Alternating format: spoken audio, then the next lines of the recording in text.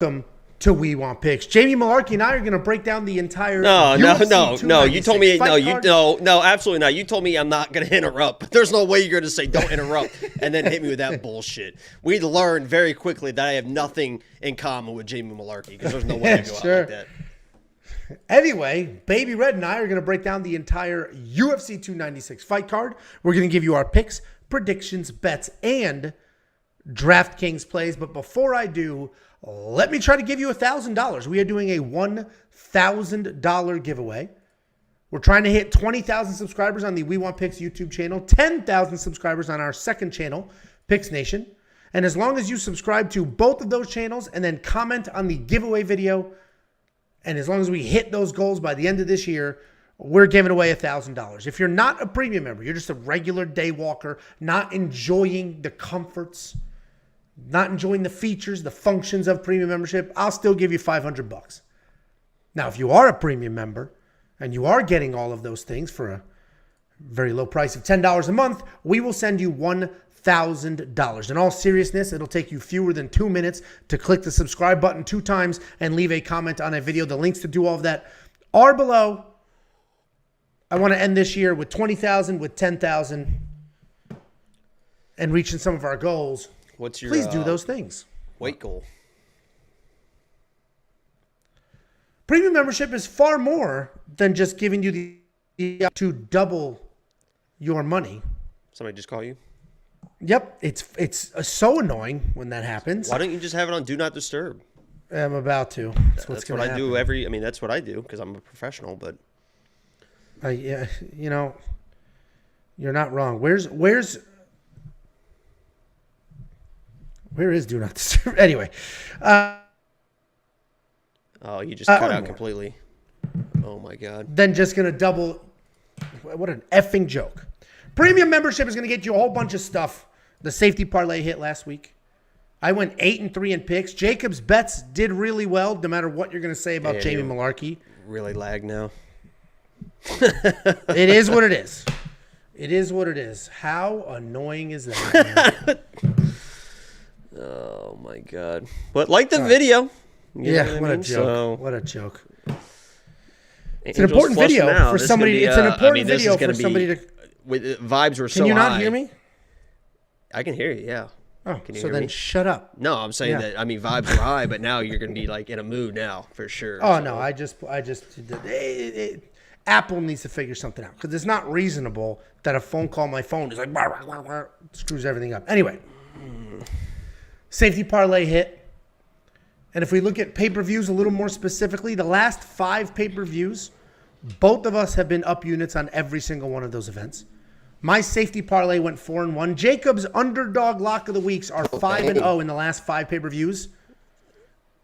And that got him to 8.85 units of net profit. What are you doing? Trying to look big? No, you just started lagging like crazy again. It is what it is. Literally nothing I can do about it. Premium membership is going to get you tools, insight, information. It's going to get you the line movement tracker. It's going to get you the detailed data, metrics, and analytics. 38 columns of information to help you find your spots, to help you identify trends, identify movement, hop in there, make the right bets. It's going to get you the DraftKings Optimizer up to 150 lineups this will build for you, and it is preloaded with the best data in the game. That's an objective fact. And it's only $10 a month. WeWantPicks.com. Click Become a Member at the top. Before you do that, you can follow all of our socials. Every single social we have is completely free, including the Discord. You can join the Discord for literally nothing. Are you telling me to hurry up? Is that what that is? No, I'm telling you, let's get the energy up, man. You're just, you can tell now that I know we're not, I was just, as I was talking, I was checking the stream. So we're good. We're good. Come on. Here we go. Let's go. We're loving this. Guys, sign up now. There you go. The Discord is 100% free. If you're a premium member, you get all sorts of perks and benefits that go along with it. But the Discord is free. Do all the things. Click all the buttons. It costs you nothing. We appreciate it. Very, very, very supportive.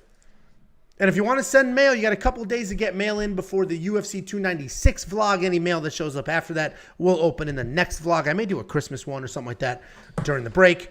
Ooh. And just a reminder, There are no breaks for me. There will be a quick picks video for the next event on Sunday, so make sure you subscribe so you get that when it drops. Any last words for the people, Jakey Boobaloots? No, I'm excited for this card. I'm ready for this card. I'm pretty excited. I know lock of the week. By the way, people are acting like lock of the week has lost like 15 in a row. It's been 2 in a row. We've lost 2 in a row plenty of times. He's also won 4, 5, 6 in a row plenty of times as well. Guys, it's not going to hit every week. It's not going to hit every week. I promise you that. If you're expecting it to hit every week, it's just not going to hit every single week. So, but I got something pretty special this week, and Angelo's a little bit scared. But I got something. If your lock of the week is who I think it is, I may suspend you from the channel. There may be a suspension. You want me to say it out loud? Would it be? Yeah, if it's Tony Ferguson, you're suspended from the channel. You're on suspension. It wouldn't be Tony Ferguson. Okay, that would be crazy. That would be crazy. I don't like the tone. I don't like the tone. The sarcastic undertones to that, I don't appreciate. You're not picking a 49-year-old with a DUI and a restraining order from his own wife because he's going a fighter. Crazy. That means he's a fighter. That means he's going nuts. That means he's going to stop at nothing. We'll break that fight down when we get to it. Only a piece of paper can stop him.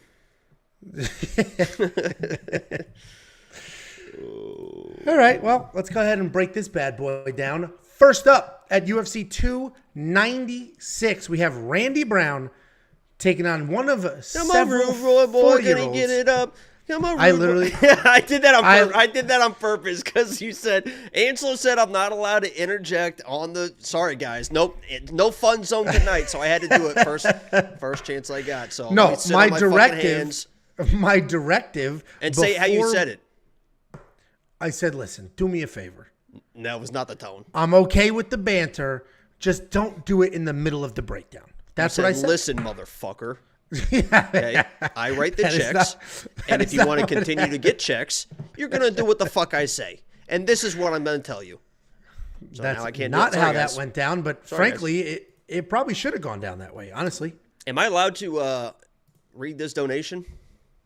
Yeah, we barely got started. Angel Tavares with the $9.99. Jacoby Armando, please do not fight Angelo. We love you. I don't want to see that 10-finger choke. I got a lot of things planned for Angelo. By the way, we might as well just start this over. You didn't see the live stream because you were Christmas caroling, if that's what you want to call that. But what do you mean? That's what you I'm saw doing. my video. Yeah, it was one thing you were doing. But you saw my video because you reposted of me on the live stream doing a little bit of shadow boxing. I didn't know if you were a little bit worried about that. I didn't watch that. I just reposted. That's what that was.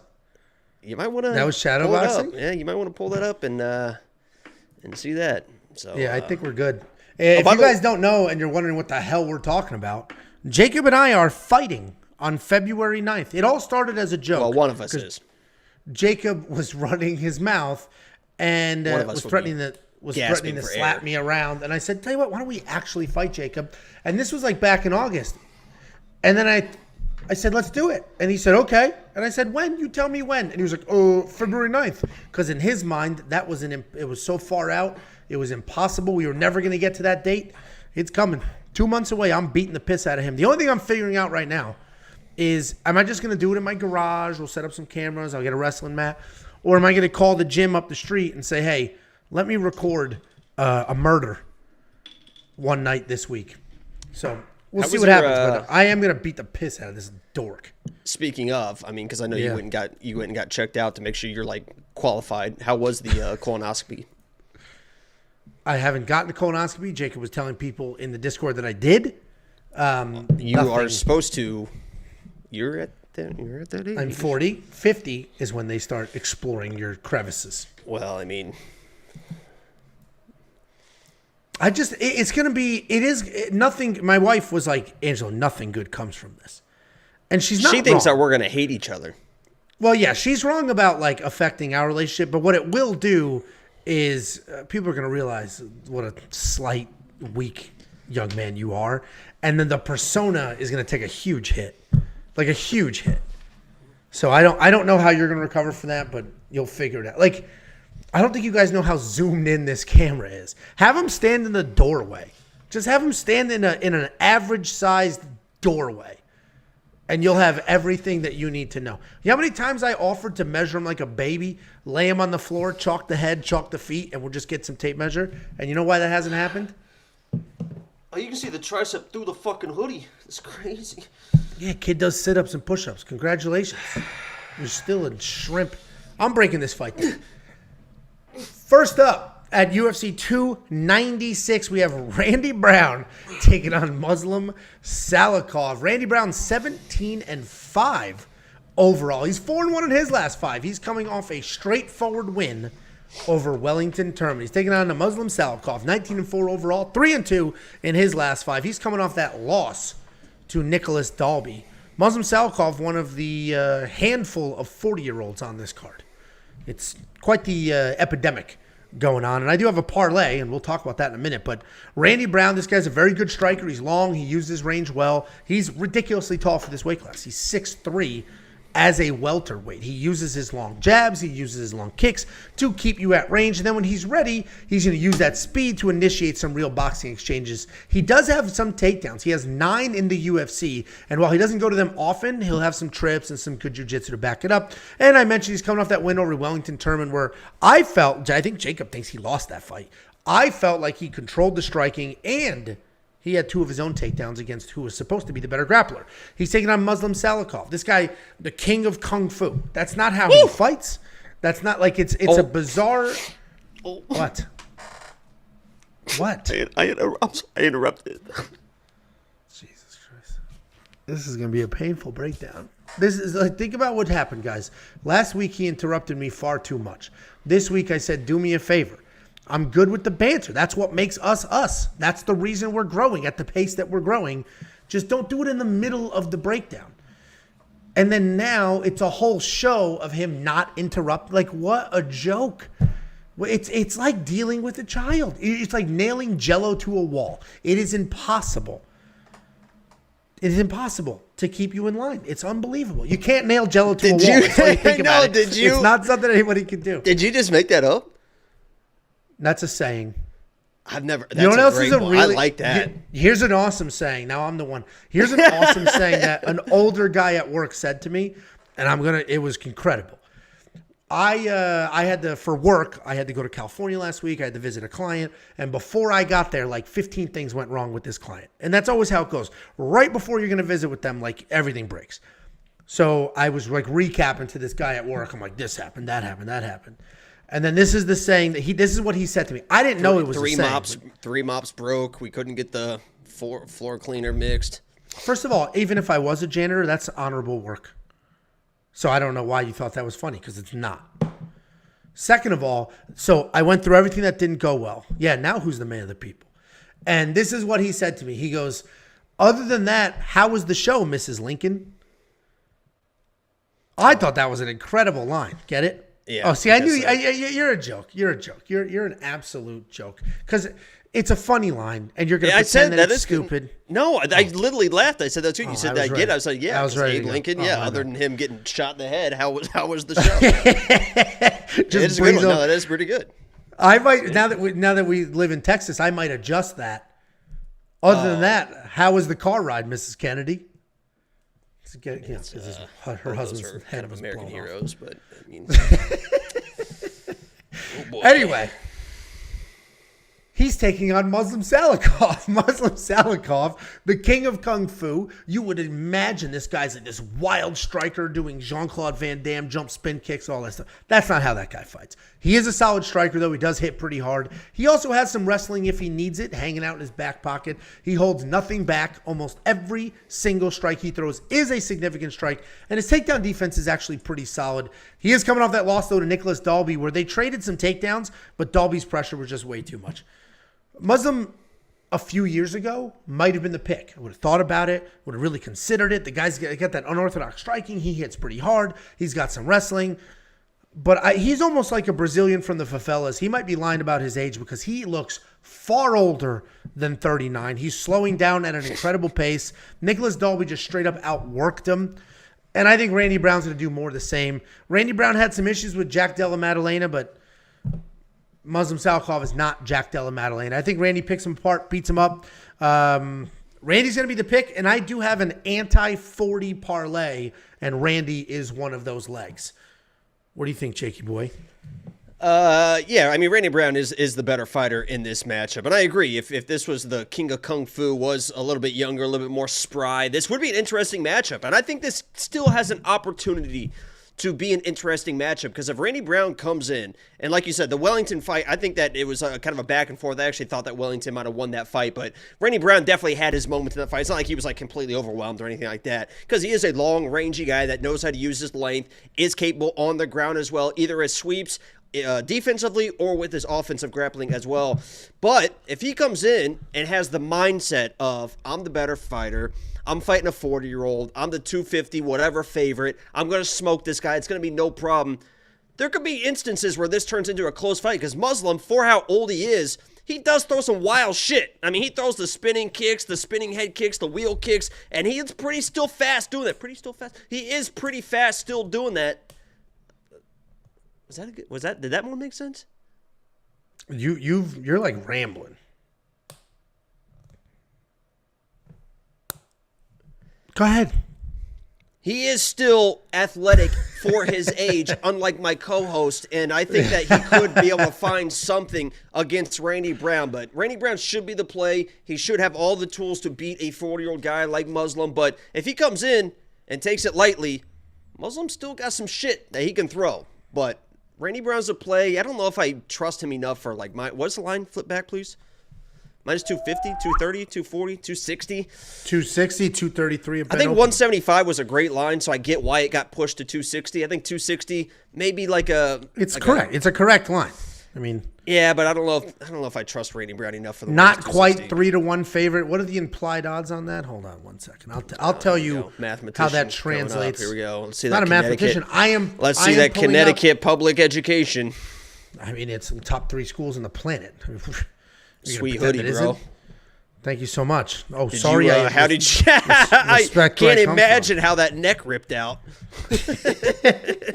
Well, when you're jacked, yeah, you don't quite fit. Let's see that Adam's apple again. I mean, I actually have one. Yeah, okay. Let's compare. Minus 260. Where are we? Hold on. Minus 260 means the implied odds 72%. 69.8%. Don't be a pervert. So almost that says that Randy Brown wins this fight 70% of the time. That's correct. He does win. Corn Pop is wrong, and you're trying to pretend that you just came up with that number. No, me and Corn Pop are on the same page, 72%. And you made that's the Indiana education for you.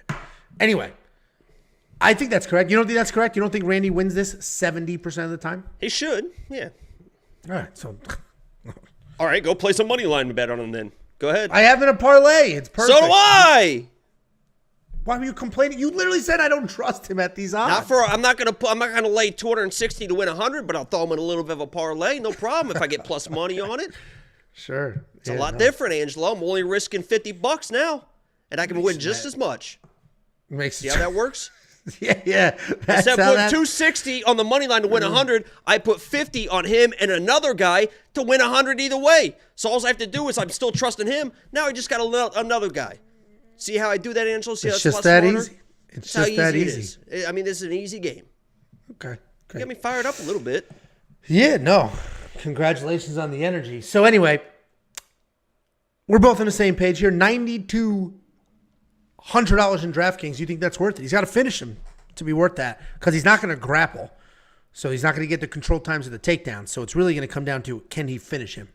He might finish him on the ground, honestly. I mean, Muslim was starting to grapple against Dolby when he was getting hit. Yeah, and if Randy Brown hits him and he takes a bad shot, Randy Brown has no issue grabbing up a neck. So he'll snatch. He's long as hell. He'll just snatch things up. I wonder what hold please. Yeah, I'll just sit here Excuse me. plug premium. I was about to complete silence plug the thing that character keeps our lights on. Guys, you should become a premium member. Please, for the love of God, become a premium member. It's only $10 a month. It's only $10 a month. You get picks, bets, round line leans from 7 different analysts. Then you get tools like the line movement tracker, like the DraftKings optimizer, like the detailed data metrics and analytics. And during the break, again, no break for me. Here's a quick little rant while he looks that up. There are people out there. They sell. There are other people selling premium. It's not ours, right? It's a Patreon with a list of like 4 or 5 bets, some nonsense like that. There's no tools or any of that. So already that's not a good deal. But what's going to make it an even worse deal? If you are paying for somebody's premium and on Sunday or next week, they don't have picks and bets up for the January 13th card, you are not getting your money's worth. We will. That whole website's going to full-blown flip to the next event, even if that's a few weeks away. That's my rant. WeOwnPicks.com. Click to become a member of the top. It's only $10 freaking. Jakey Boom Baloots. What are the odds on the Randy Brown submission? Plus 375 is KO's plus 525. It's not that which great. Is a little bit interesting. I thought those would have been flipped just for the matchup, but I mean, both these guys are decision kings. I mean, these guys are both just nonstop decisions. So, maybe an inside the distance decisional action for Randy Brown, minus 160. It could be interesting. How is that better than his actual money line odds? Isn't that weird? Because he's a decision guy, as you mentioned. If he loses a decision, it's the refund, so there's no risk off for them. So usually those bets are the odds are worse. They are worse. It's 160 compared to 260. That's better. 160 I know, is better. They're not. So you're saying that they're usually minus 300 if it's that's it should be minus 500 because it's a refundable that's bet, crazy and they talk. don't think he's gonna. All right. Anyway, let's move on. 23 minutes in. Well, you started that. Next up, I said it. We got Angelo versus Angelo. I said it in the quick picks video. I said Jacob is not very original. Jacob's going to see Gorlock over here and say, "Oh, it looks like Angelo." I knew it was going to happen. I called it 3 days ago in the quick picks video. That's how Angelo and Martin unoriginal Jacob Buday is. versus 2024 Angelo and Shamil Gaziev. It took you no time at all. It's unbelievable. That wasn't even predetermined either. That was just I saw that and I was like, oh shit. I listen. First of all, I said this. Let me break this down. But I said the same thing. Get your face real close to Martin. Lean over there. Come on. Get your face over there. I would take that beard. I have more hair, a lot more hair than he does. Get your face right next to his and do that little scowl. Dude, I do it with Jamie. That's not a bad looking dude. Why we pretend that's an ugly guy? Okay, then go ahead. Let's scoot that chair over and let's see. It's a little side by side for the people. Now do a little scowl. No, do the scowl. Your face is much fatter. We got to go to the Shamil. Switch those fighters around real quick and let's do the other one if you don't mind. I'd kill for that beard too. And that body. That Tom Segura has like a stand. I think it's him. He has a stand-up routine where he was like, I just want to lose enough weight that I could confidently make fun of somebody else for being fat without the person I'm with being like, you're fatter than that guy is. It's like, what do you mean? He's like, you should want that guy's body. Didn't he get in crazy shape? He is in very good shape. They both of them actually. I saw Bert. Yeah, Bert. I actually unfollowed him on Instagram because he posted like basically a naked picture. I was like, all right, well. Yeah, it's a towel. Yeah, I was like, Jesus Christ, no, thank you. Oh, somebody a little insecure. Next up at UFC 296, we have Martin Buday, prospect, 13-1. This dude is riding a 12-fight win streak, and he's taking on Shamil Gaziev, prospect, 11-0. With 10 career stoppages. This actually is a very interesting fight. It's intriguing. I said the same things Jacob said, where Shamil looks like a schlub. I get it. He does look like a schlub. In this picture, this is a very unflattering picture because you go watch tape, he doesn't look nearly as sloppy as this. You agree with that?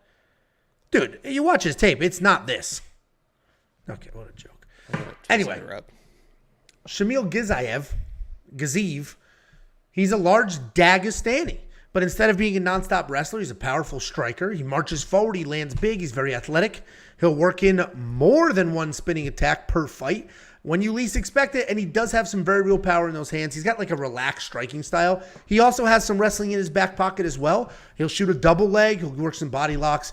But he can get taken down. His takedown defense borderline sucks. He can get taken down quite a bit. A little worse than you would think that somebody with that beard could get taken down. He's very tough, though. He can deal with some adversity, and he is very, very dangerous. He's taking on Martin Buday. This guy's a powerful striker. He's got some heavy hands, 11 stoppage wins. He's got solid footwork. He throws everything with intent. He averages almost 6 significant strikes landed per minute, which is very good volume. But he is also hittable himself, and he can be a slow starter. He is coming off that submission win over Josh Parisian, where he looked fantastic. He doubled his strikes. He had a takedown, and he just looked great overall. I think Shamil's going to win this fight. I have picked Martin Buday. I think in every single one of his UFC fights, he was in the last time he fought, he was in the safety parlay. I've always been very high on Martin Buday. There was a period where it's like, is he not that good? But he just smoked Josh Parisian. He looked great doing that. I still think Shamil wins this fight. These are heavyweights, so immediately you take the odds and you smush them, and it's a lot closer than whatever the odds say. And then on top of it, Shamil hits like a freight train. Shamil does have wrestling if he wants it. And if you go watch tape, he fought Grigory Paparnarev. He was losing that fight. He was getting taken down. He was getting beat, but he stayed tough. He didn't quit on himself. He got taken down late. He would still stand back up. And then he ended up finishing that guy. So I like Shamil to win. I have a quarter of a unit because heavyweights are still heavyweights. Quarter of a unit on him at plus 155. Those odds are gone. It's tightening up a little bit. But I think Shamil gets this done, even though I've been very high on Martin Buday in the past. What do you think, Jakey Boombaloots? He's plus 123 right now. There you go. Yeah, but if you were a premium member, you saw it. Bet of the year. You saw it. Go ahead. Heavyweights, man. It's just, I hate it. You can't take care of yourself. You can't take care of your body. A lot of people would die to have a gift of health, and this is how you treat your body, is with bad eating habits, drinking, gallivanting. I know you're talking about me, but can you talk about the fight? Gallivanting? Last night you weren't gallivanting? Or Saturday night you weren't gallivanting? We went to a Christmas party. Excuse me, I'm trying to do a breakdown. Don't try to railroad my breakdown. I forgot to shut my blinds, and the neighbors are wondering what I'm doing. Hurry up. Listen, this is a heavyweight fight. I can't stand heavyweight fights. At least it's not on the main card, but this should be a sloppy affair. And in a sloppy affair, Martin Buday has shown he can kind of handle those type of fights. It doesn't seem like power ever really affects him. He just kind of walks through everything. And somehow, this guy's got some decent cardio as well. So I think he's just going to walk forward, lay on some volume on Shamil, eventually kind of wear him down and probably find a finish. But this is a sloppy affair. I don't bet heavyweights anymore. I'm done with them. I don't like watching them. I don't like, especially when they get glistening and sweaty. But I'm going Martin Buday. All right. They are heavyweights, and anything could happen, especially with that kind of power. Both these guys have some real power. The only reason I do like Shamil here is I watched that Grigory fight, and I left that fight being like, this dude's not soft at all. He was getting beat up. He was getting taken down, and he got to finish. 5'8" guy. But the point was, it would have been very easy to quit. Contender series? I don't know the names. No, not the Contender Series. This was not a Contender Series. He dropped the guy with the first punch he threw and then got taken down and was being controlled by a let's see. He gets taken down a little too easily, for sure. For sure. No, this was I'm sure you saw it because you do diligent tape study. Not on Grigory Paparnarev. Some shit like that. Anyway, I liked seeing the adversity because it was very easy. The first few videos are just highlights of him knocking people out. I get nothing from that. That does me no favors whatsoever. I need to see a whole fight, and especially one reason a little bit of trouble. So anyway, only a quarter of a unit because I do agree with Jacob. Can't necessarily trust heavyweights, especially both these guys hit insanely hard. $7,800 in DraftKings, that's looking pretty good though. Now, I don't know if you want heavyweights, feast or famine heavyweights in a conservative cash game, but if you're building that large GPP, that big tournament, trying to chase that $120,000, big payout like that, I think some exposure to Shamil Gaziev will get you going. You're not going to touch either one in DraftKings? You know what gets me going? I said this to my neighbor the other day. Here we go. It's a fat guy comment. So just what category do you go to? No. No. I know what came up in your head. I know that. I bet you know do. what you clicked. You know what you clicked. Anyway, we were talking about I drank a little too much Saturday at that Christmas party. Yeah, you don't I have to don't tell drink. me. I don't drink often. You want to read these texts? I don't drink often. Jesus Christ. I got a 1:30 you up. I don't drink often, but when I do, sometimes, oops. Yeah, you never go in excess when you do. That's for sure, guys. Yeah, Angelo's very responsible. I am responsible. With his food and his alcohol. Well, so here comes the food part.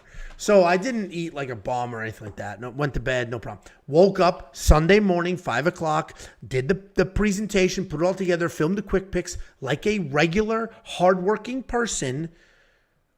Then like 10 a.m. comes around, 11 a.m. comes around. I haven't eaten yet. I'm starving. I'm a little hungover. Blood sugar. And I was like, you know what we need? There's no good Chinese buffet around here. I fucking love Chinese buffets. You're not a big eater, so you don't appreciate it. But me and the neighbor, we were talking about it. And we were texting, and I was like, fuck. Well, God, I love Chinese buffets. That's what gets me going. A good Chinese buffet. The little sugar donuts, the vat. It's just got the vat of the fake crab salad. Oh, my God, I love that shit. I like tattoos on tits.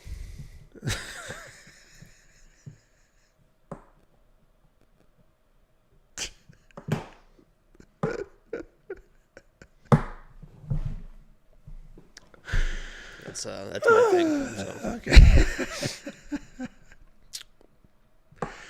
Next up. Speaking of, we've got Andre Fili. Here we go. Both of them, too. Yeah, buddy. Excuse me.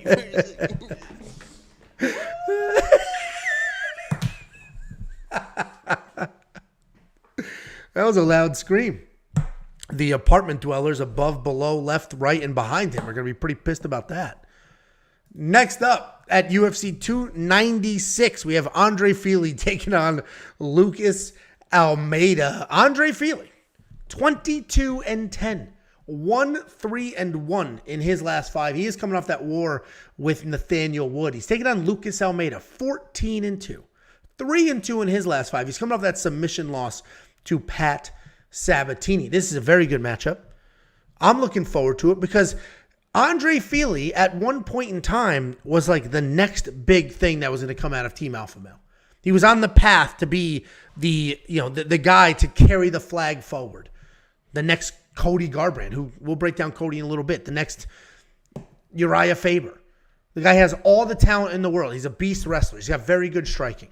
All of those things. My theory, they threw him to the wolves a little too early. You walk through his record, he fought some killers very early in his career, and I think it literally took some life out of his chin and just took some years off his body. But style-wise, he's very well-rounded. He's technical. He will brawl, but he has phenomenal wrestling as well. He does get hit way too often. He's got a negative striking differential. He relies on his chin a little more than he should be, and he's coming off that loss to Nathaniel Wood where they traded knockdowns, but he was outstruck at the end of the day. He's taking on Lucas Almeida. This guy's a powerful striker. He loves throwing big, heavy 1-2s. He wants to come forward, set up a big right hand. When he senses blood, he's all in looking for that finish.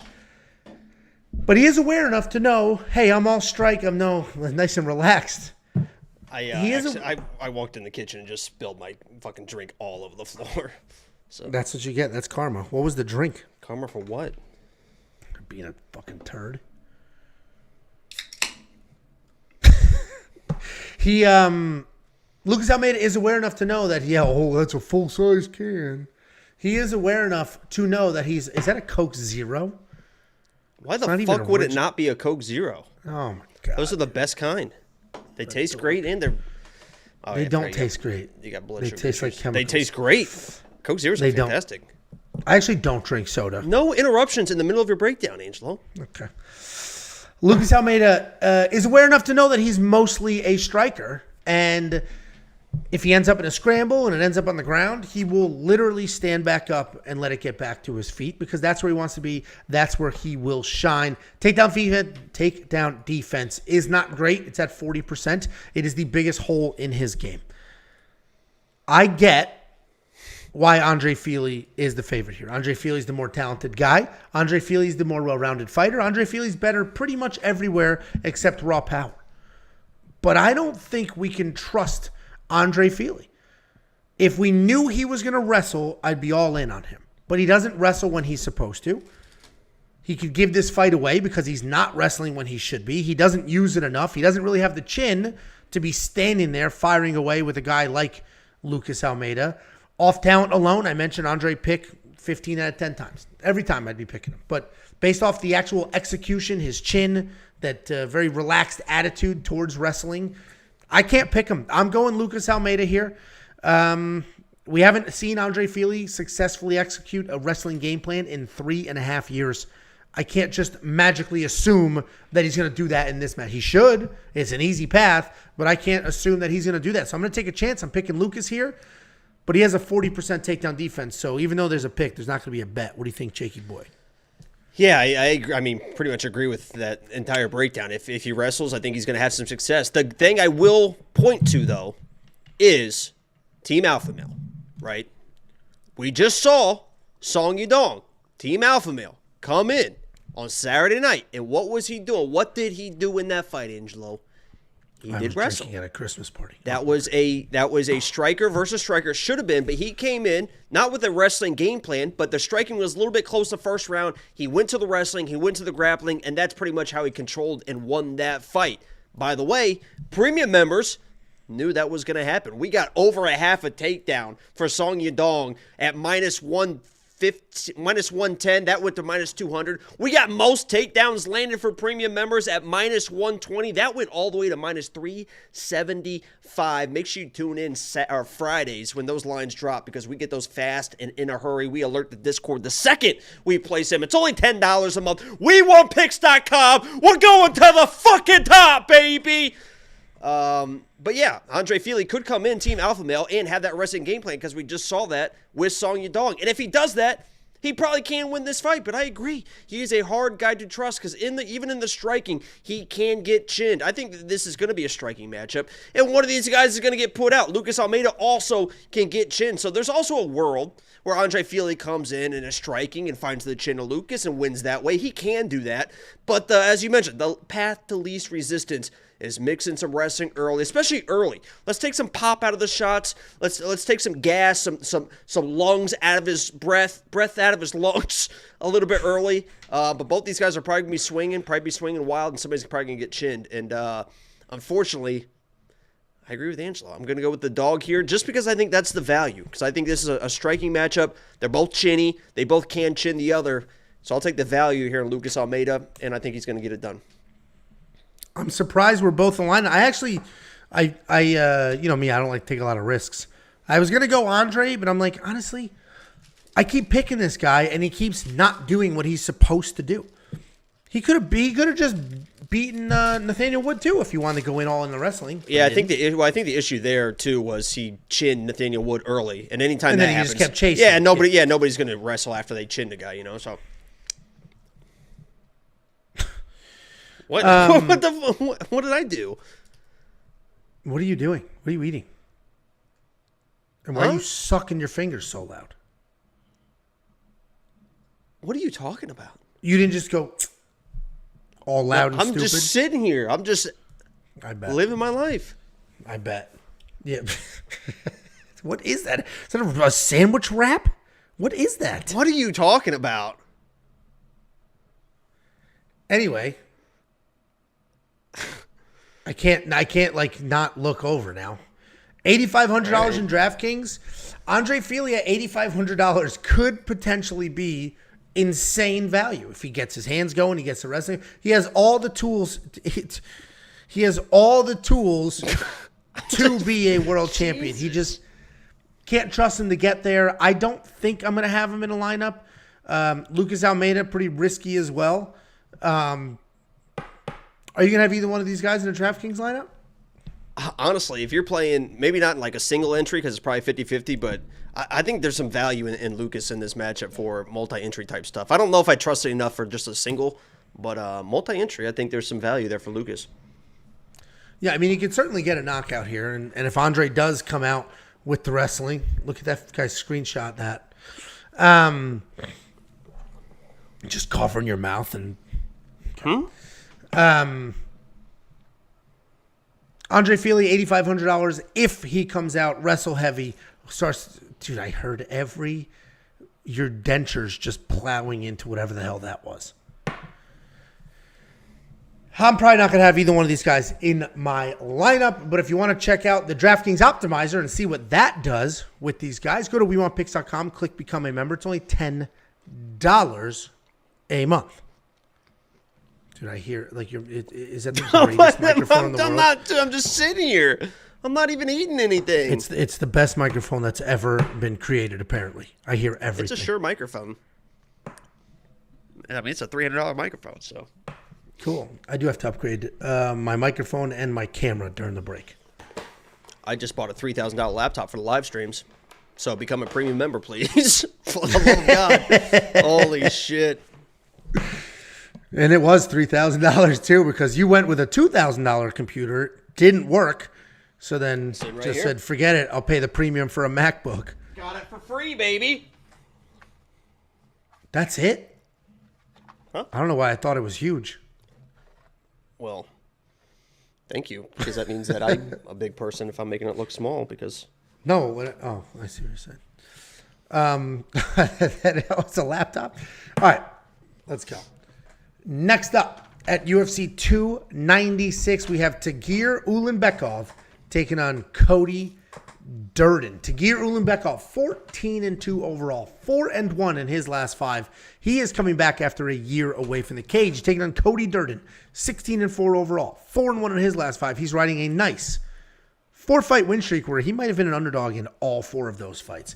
Tagir Ulanbekov is a wrestler. He's going to come forward. He's going to shoot. He's got decent striking. It's mostly there to set up that wrestling. He does have a nice jab. Right behind it is a takedown attempt. All 3 of his UFC wins were very grappling heavy. He had 4 takedowns against Alan Nascimento, 5 against the little Bruno Silva. He had a quick takedown and then snatched up a submission against Nate Maness. The only real complaint I have against Tagir is his takedown defense. His takedown offense is fine. His takedown defense is not very good. Tim Elliott exposed that a little bit, and I worry that could happen in this matchup as well because he's taking on Cody Durden. Cody Durden is like a little Tim Elliott. He's a wrestler. He's going to average around 6 takedowns per fight. He likes to come forward, throw looping power shots, and then immediately look for a takedown. He's going to chain wrestle, continue diving at legs until he eventually gets it to the ground. His wrestling is nonstop. He's loose on top, though. People stand. You don't average 6 takedowns per fight without letting people up. He doesn't have the best control in the world, but his takedowns are relentless. His pressure is relentless, and he's just constantly coming forward. He's coming off that win over Jake Hadley, where he had 4 takedowns and 7.5 minutes of control time. That contradicts the statement I just made previously, but Jake Hadley's get-up game is not outstanding. I didn't really know what to do with this fight. I was leaning Tagir before I really broke it down. I just saw the matchup, doing the graphics. I was leaning Tagir.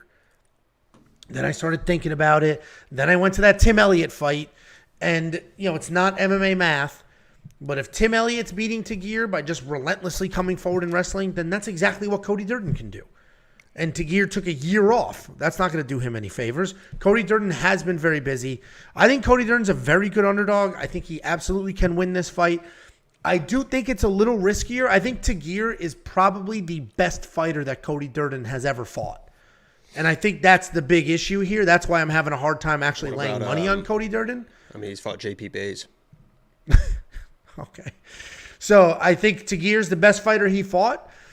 If he fights in the exact same way Tim Elliott did, which is how he fights, he should win this fight. So Cody's going to be the pick, but I'm struggling with if I do anything with that or not because Tagir's good. Cody at plus 3.5 when all the props drop might be actually, is that out? That thing is minus locked 900. and loaded. It's minus 250.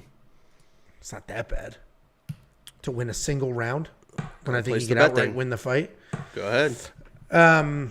Anyway, Cody's the pick. I'm trying to figure out what to do, if anything, with the bets. What do you think, Jakey boy? Listen, I have had, and I've talked about this before, I've had my differences with Cody Durden in the past. I think it was the Carlos Mata fight that I said that he was going to get beat. We posted on the Twitter. He replied on the Twitter, and he said, Jacob, I am going to prove you wrong. And that's exactly what he did. The very next fight, I said, you know what? He proved me wrong. Guess what? Cody Durden, a dog against Charles Johnson, lock of the week, and he came through for us. I picked him again against Jake Hadley, and he came through again. He is one of those fighters I'm never going to pick against this guy again, especially in a matchup like this, where the path to victory, Tim Elliott showed the path to victory, and that is just outwork him.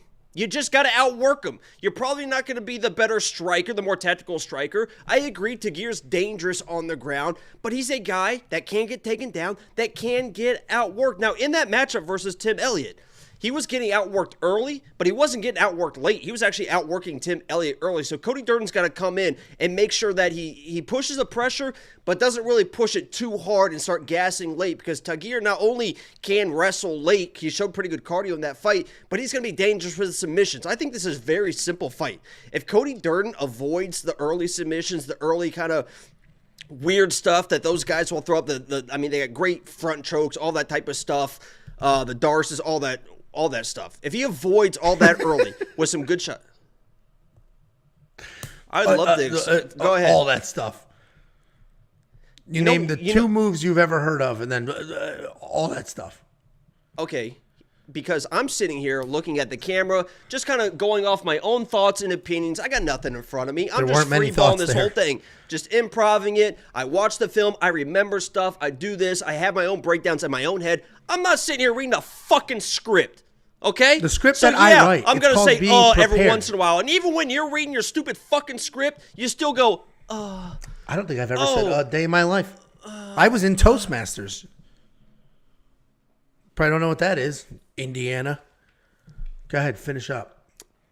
Yeah, I don't know where I was at. Oh, if he can avoid the submission, especially the early submission, that's what's going to be most live.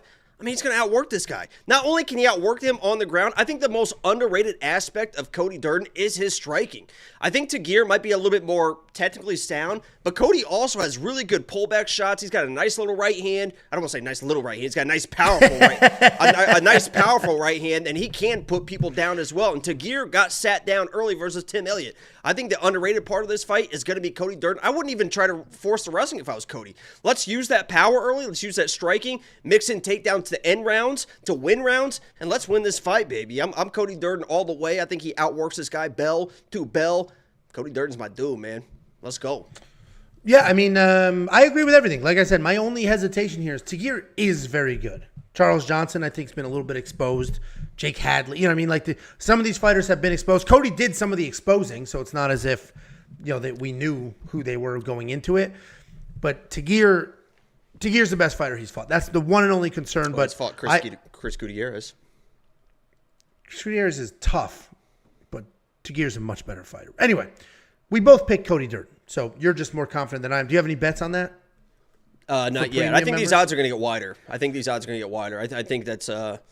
I was actually kind of surprised to see him as a dog again, but I guess I get it because Tagir's got that whole, Dagestani thing. He's not going to have Khabib. The beard with no mustache, and they just. He's not going to have. I don't think Khabib's in his corner anymore, and that could be interesting for him in this fight, because in that Tim Elliott fight, there was a lot of times he's like looking at his corner, like, what do I do now? And Khabib's like walking him through stuff.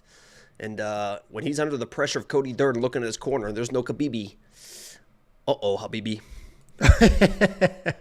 Yeah, I mean, I'm with you. I think $7,900 in DraftKings. I would have preferred a bigger discount, frankly. But I think $7,500 or $7,900 in DraftKings is still, you're under that $8,000 price point. And if Cody Durden wins, I mean, the dude puts up points. It's just takedown. And even the submissions. I mean, we saw that Jake Hadley. I mean, he's going to try and work through submissions. It's not like you just grab him and he's going to tap out. I mean, that arm bar was fucking insane, man. He just was like gritting down. He got out of that and then ended the fight. Dude, looking at the crowd, just beating this dude's head in, going, yeah, gets up and flips him off. Dude, he's the fucking dude, man. I love Cody Durden now. No, in the cage, he's phenomenal. I think he's going the Kobe Covington route a little bit outside of the cage, which is like, just be you, because your actual personality seems pretty good. But either way, we're both on the same side. I think I will have him. Good-looking wife, too. Good-looking wife. In my DraftKings. I don't comment on other people's wives. That's disgusting. No, I mean, I'm married that's a compliment to him. With children. I'm not going to tweet other women fighters. Looking good. Great picks. That's what are you doing? Looking thick. Yeah, married? What are you doing? What's the goal? If you guys have What's the goal with those comments? What's the goal? Well, I see people doing it. Makes no sense. Filth. Well, We had a Want lot of fun, Picks.com. Who has a lot of fun? on the Saturday live streams with stuff like that. So if that is You're your not thing, married with children commenting on other people's Instagram. Ooh, looking good. Fire pictures. You better keep that energy on Shamil Gaziev's picture. Some of those are fire. people just trying to fuck, man. Trying to fuck. Was that song? That's the Let song. me in, I'm trying to fuck. Let me in, I'm trying to fuck. Let me in. That whole skit is hilarious. Because I don't even know what it's from. He You does just the send improv. It's that Mark clip every now and then. Robot. He basically just he's a DJ, but he just makes up all the songs on the spot about random stuff. And he was at a bar, and it's like when before people even knew who he was. So he's at a bar, and people are sitting around listening to like make up these songs. They're like, "Well, this is kind of weird."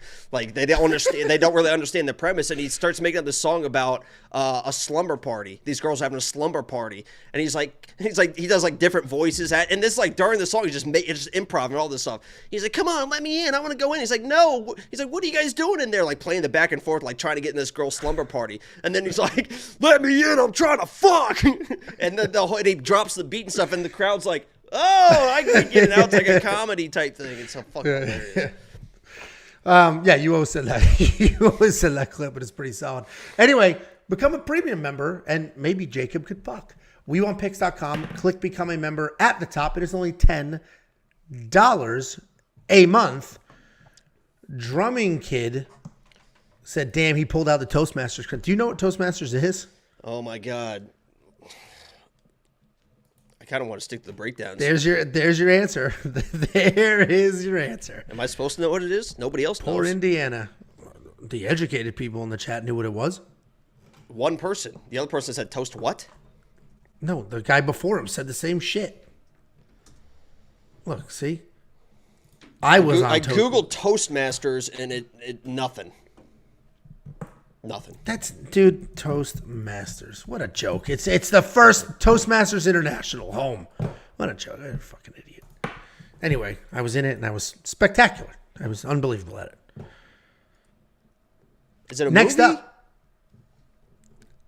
up at UFC 296, we have a Strikers Delight. We have Alonzo Menifield taking on Dustin Jacoby. Alonzo Menifield, 14-3 overall, 3-1-1 in his last 5. He is coming off the retirement win over Jimothy Crute. He's taking on Dustin Jacoby. This guy's 19-7 overall, 3-2 in his last 5. He's coming off the skid-breaking win. Oh, man. over Oh, Kennedy look, and Angelo Chuck stumbled. Angelo stumbled, everyone. Well, I was trying to figure out the No, best I way get to it. word that. But No. he was on a bit of a skid, and then he smoked Kennedy and Chukwu, and all of a sudden, he's not on a skid anymore. And this is a striking matchup. Alonzo Menifield, wildly powerful striker. The technical stuff isn't really there, but he throws everything with intent. He will come forward. He will just rain down punches, and he has plenty of cardio. Early in his career, cardio was a knock. He's proven us all wrong. The cardio is there. He comes forward. He hits hard. What are you laughing at? I'm not supposed to interrupt, but this is good here. This is good. Don't interrupt. Sit on it. Just you keep that energy. Anyway, he's coming off that win over Jimmy Crute. The fight before that, he knocked down Jimmy Crute a bunch of times, beat the hell out of him, and then the point was taken away. It was a draw. They do the rematch. He actually submits Jimmy Crute, and then Jimmy Crute retires. But Alonzo Menifield, big, strong, athletic, hits very hard, has plenty of cardio. He's taking on Dustin Jacoby. This guy's a high-level kickboxer. I'm going to say he doesn't really have a ton of knockout power, but he just knocked out Kennedy and Chukwu. He has knocked out a few people. He's got very technical kickboxing. He was a kickboxer, came to MMA, didn't work out that well, left for years. At one point was ranked number 2 in the world, and then came back to MMA, hit himself an incredible win streak, had a 2-fight skid where both of those fights had caveats. I think he beat Khalil Roundtree. I think that was a bad decision. And then he had that loss against Azamat, where he was dropped. That is the one thing that worries me here. I think Dustin Jacoby wins this fight. I just mentioned he's a technical kickboxer. He's got a 60% takedown defense, which in actuality is much better than that number if you watch the fights. And we have a striking fight between two guys. One is all power, not a ton of technique. And then one guy has very, very clean technique, high-level kickboxer overall. I got to go with the high-level kickboxer here. So Dustin Jacoby is going to be the pick. The one thing that worries me, though, is Azamat Murzakanov did drop him. And that was the first time he's been dropped in his MMA career. And yes, that was 2 fights ago. But all of a sudden, that chin might be going. And Alonzo Menifield is not the guy that you want to find out if your chin is still there or not. But Dustin Jacoby is going to be the pick. I have to go with the far more technical kickboxer in what should effectively be a kickboxing match. What do you think, Jakey boy? Yeah, I tried to play the maybe Dustin's chin is starting to go when I picked Kennedy against him. I think I even bet Kennedy against him, and that was a mistake. Listen, Alonzo Menifield is a very talented guy. He has all the talent in the world to actually be kind of a player at 205. He's athletic, he's got striking, he's got good wrestling as well. The thing that holds him back is his corner. I mean, it is Pat Barry in his corner. I don't know if he's still with him, and I pray to God that he's kind of moved on, because Alonzo Menifield against Jimmy Crute should have taken all of 1.5 minutes. It should have taken him fucking 2 fights and a submission win to beat Jimmy Crute. Jimmy Crute was the worst striker the UFC ever seen. One of the worst defensive strikers you ever seen. Just throw a right hand right down the fucking middle and just knock him out. But for whatever reason, the game plan was to like hit him, hurt him, and let's start wrestling him. And then Alonzo's wrestling him in this corner's like, you're doing great, sweetheart.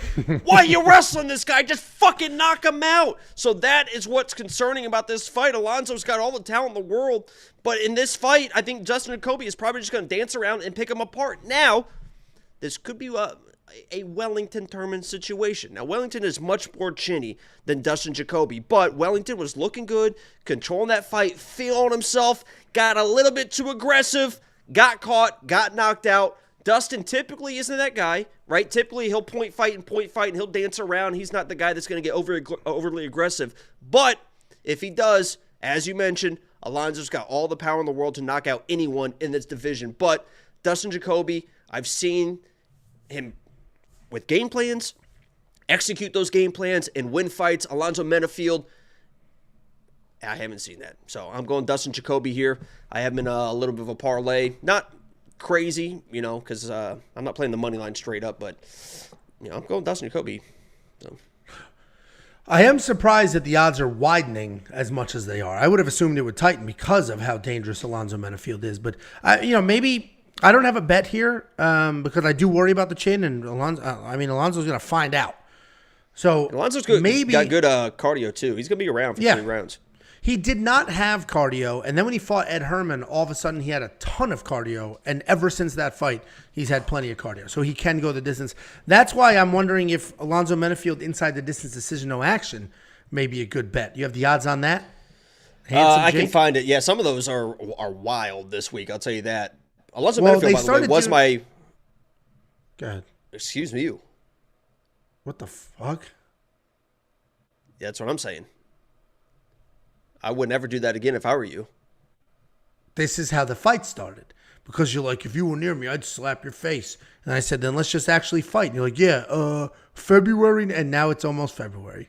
And that's what I'm worried about. I'm worried I'm going to beat the fake confidence out of you. And honestly, that fake, I think I can do things in this world confidence makes the show work. So stand up and do a side profile. Tiffany's right. It may kill the show. Stand the up fatter I am, profile. the worse it is for you. Stand up and side profile. Okay, this is so stupid. Oh, look, see? Wait. Yeah, side profile. Let's suck that. Suck that shit in. You're gonna be out of breath sucking that in. This has sucked. That sucked. Yeah, I bet. Oh yeah. Nice nipples, huh? Thank you so much. One of them was pierced. One of them's Go ahead. tattooed. You know that's my thing. That's how we met when I was washing my Miata. You were walking by shirtless in the sun, just glistening. Caught my eye, and that spawned. Here we are. Let's go. I already broke down. You were looking at the odds. Oh, for Alonzo Menifield wins inside the distance decision, no action. Oh, Jesus. Yeah, we'll sit here. Oh, you want that? Actually, here you go. Get out the checkbook, baby. Plus 170. Yeah, Yeah, that's solid, right? Because I don't think Dustin will finish him. That's a good bet. Thank you I'll so much. place that right now. I'll place that right That's now. what I do. That's what I do. Thank you so much. Well, don't tell them. If you want to see what bets I'm Jacob placing has, it become a right the premium fuck member now. today at WeWantPicks.com. Click Become a Member. It's only $10 a month. He may or may not place this bet, and you may or may not see it there. It's placed. $7,100 for Alonzo Menifield in DraftKings. 100% needs some exposure to him in the large field tournament, without question.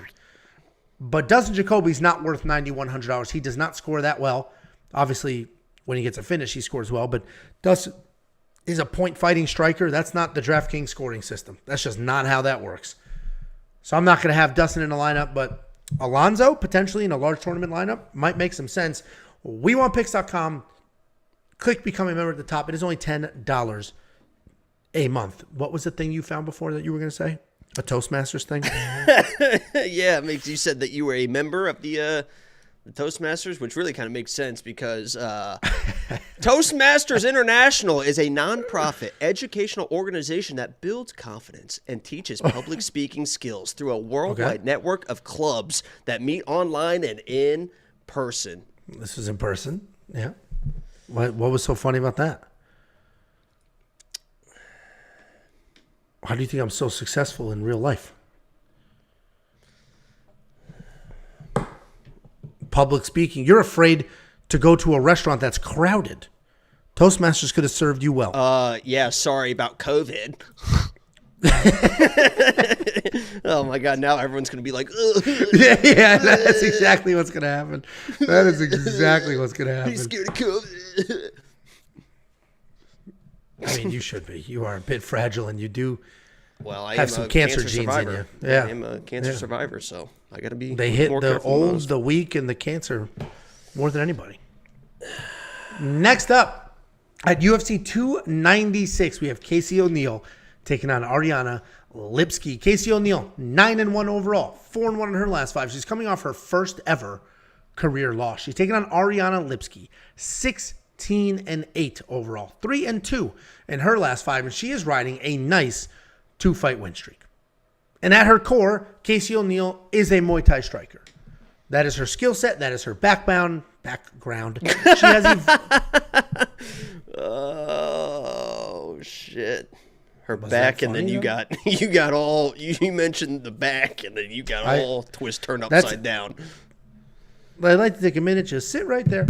Anyway, Casey O'Neill was a Muay Thai striker, or is a Muay Thai striker. That is her background. That is her style. Then she came into the UFC and she started wrestling. She has 8 takedowns in the UFC. She has a 71% takedown defense. Great volume striking at almost 9 significant strikes landed per minute. But she does give up some strikes. She gave up a combined 265 strikes in her last 2 fights alone. She is coming off that first ever career loss to a very tough, very good Jennifer Maia, where she had the volume, but she was just a touch behind in the striking. She's taking on Ariane Lipski. Ariane is a decent striker. She can grapple as well. The problem with her grappling is she needs to be dictating. She needs to get the takedown. She needs to be on top. If she's taken down or if she's held against the cage, she can be bullied a little bit and not be able to work her way back up. In her last 2 fights, though, she has defended a combined 19 takedowns. She has added wrestling to the mix here. Defended 19 takedowns in 2 fights and then went 3 for 3 on her own takedown attempts. 100% in her last 2 fights. She's coming off that close win over Melissa Gatto where her takedown defense was the highlight. My gut reaction when I saw this, I've mentioned this in Quick Picks, but the cycle for the week is I'll do the graphics, then I'll lay out my notes sheet, then I will do my actual notes, then I'll go look at the odds and all that. When I first saw this matchup, I'm like, oh, Casey O'Neill's going to win. Ariane Lipski's just not great. But then when I started doing the research and looking at it, it's like, man, I have thought that in both of her last 2 fights.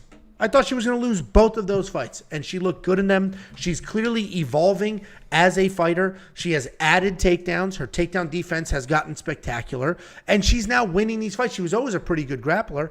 I think this fight might look exactly like the Veronica Hardy fight. I picked Veronica Hardy in that fight because I said this is a very good, busy striker who added grappling to the mix. That's exactly how she won that fight. Busy striker, worked in some takedowns. I think Ariane Lipski can win this fight the exact same way. Casey O'Neill got shut out trying to take down Jennifer Maia. And if she starts shooting a whole bunch of desperate takedowns against Ariane Lipski, they may get stuffed.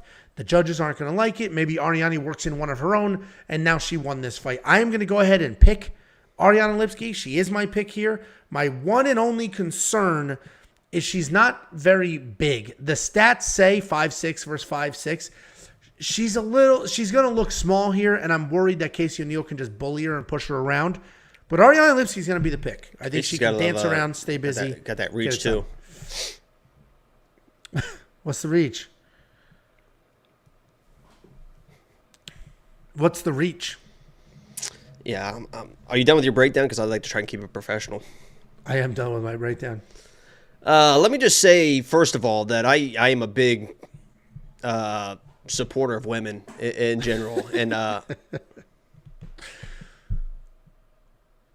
what have you done for the women's community? What have you done for women? You volunteered any battered women's shelters?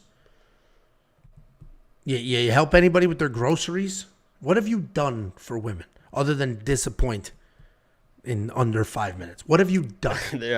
I can promise you, Angelo, there's never been any disappointment. I can promise you that. There's one thing I can do. Because shower drains can't complain. It is that. There is no doubt about that. But let me just get back on topic here, because I do love women. And I just, damn it, Angelo, I wish both these girls could win. You know, damn it, if they both could just win somehow, I think that would be, give them both performances, bonuses. Hopefully this maybe ends up in a draw. Nobody loses. They both get 50K, maybe even 100K, maybe even, 500K. You know, I think both these ladies deserve it. We've got King Casey versus the Queen of Violence, Ariane Lipski, and this should be an interesting matchup. Listen, Casey O'Neill came in her last matchup. I was pretty high on her. I've been pretty high. I'm a big fan of King Casey, not only because of the way that she fights, but her fight tenacity, you could say. I mean, she is what you would describe as a bad bitch. I mean, she is just a bad bitch. The King Casey nickname suits her so well because she gets in there and she doesn't give a fuck about anything. And against a girl like Jennifer Maia coming off her knee surgery, I think she came out probably a little bit too quickly from her knee surgery. I don't think it was her knee that was an issue, but when you don't have that time to train, she looked a little flat, right? She didn't look as sharp as she used to. She tried to turn it into a brawl, to her credit. Jennifer Maia is not the girl you want to brawl with. And I know a lot of people are going to be like, oh, she lost to Jennifer Maia. Jennifer Maia is a good fighter. And if you try to brawl with if you try to brawl with Jennifer Maia, that is right in her wheelhouse, especially when you're not as sharp as you should be. So I think that's a little bit of like, hopefully we see some strides from that fight to this fight. But if she comes out and looks flat, I agree. Ariane can definitely win this fight. But King Casey, at her best, is a better fighter than Ariane. She just is a better fighter. She's a better striker. She's going to push the pace. And the thing that I like for this matchup is Ariane is more of a clean striker, right? She's a good striker, but she wants to be a little bit more clean with it. And Casey, if she wants to turn this one into a brawl, I think it's going to suit her a lot better than the Jennifer Maia fight. So I'm on Casey here. I got her in like another little parlay because I think those odds are probably a little bit wide. There's a lot of fights on this card where I'm making a pick, but it's like, I don't know if I trust it that much. Women's MMA, she looked flat in her last fight. Hopefully she looks a little bit sharper. And there are weird rumors out there. Somebody put in Discord that she's continued to have knee issues with that knee. Somebody that trains with her says that there are false accusations, like she's fine. But there's also rumors out there from her own camp, apparently. I mean, you can look on Twitter that she's still having issues with that knee. But we'll see. I'm on King Casey, but it's probably a close fight. I imagine it's a close fight as well. But also, you saying there's a lot of fights on this card, I can go this way. Didn't you throw an actual temper tantrum last week begging me to be more definitive in my picks? I think it's important to be realistic. Oh, okay. What a joke. Maybe you do a lot for women. Your brain operates exactly like one. Whoa. You want to elaborate on that? Because we got female viewers. I have 2 daughters. I have a wife, and I don't run my own house. I am bullied. I am pushed around. I am screamed at. I am cried at. All the things. And I love all those women. Can you stop slamming that goddamn thing? Jesus. It's chapstick. It's like a fidget thing. Anyway, yeah, $8,700 in DraftKings for Casey O'Neill. You going to spend that money on your king? I would spend Excuse me. Okay, here we go. Yeah, let's slam the mouse instead of the chapstick. That's a little bit better. Well, what would you spend on? Go ahead.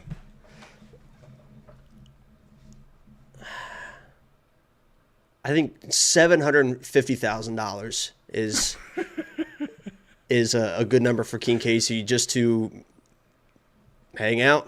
You know, I think that would be, and then I think Ariane might be like $1.5 million. $2 million for them.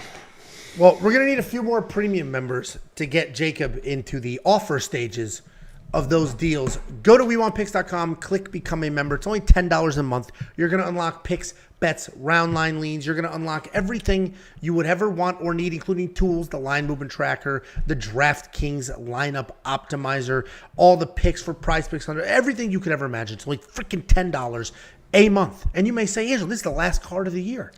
Well, first of all, it's King Casey. $10. Somebody asked even if it was only $10 an event, that's still great value, but it's $10 a month. And guess what, pal? Next week, Sunday, these fights are over Saturday night. Sunday morning, you log in the premium, boom, it is fully flipped to the Ankalaev-Walker fight. You're going to have all the picks, the breakdowns, the notes, all that information will be ready for you for the next event. There are no breaks at We Want Picks. $10 a month, WeWantPicks.com. Ty Nugent, $2 super chat. It's Nugent. What a fucking win. Ty idiot. win. Fucking Ty win. Loser. Connecticut Ty... education. We got Ty Nugent. Ty win. Talking about Jacob can last longer than Angelo in bed. That is, it's been proven.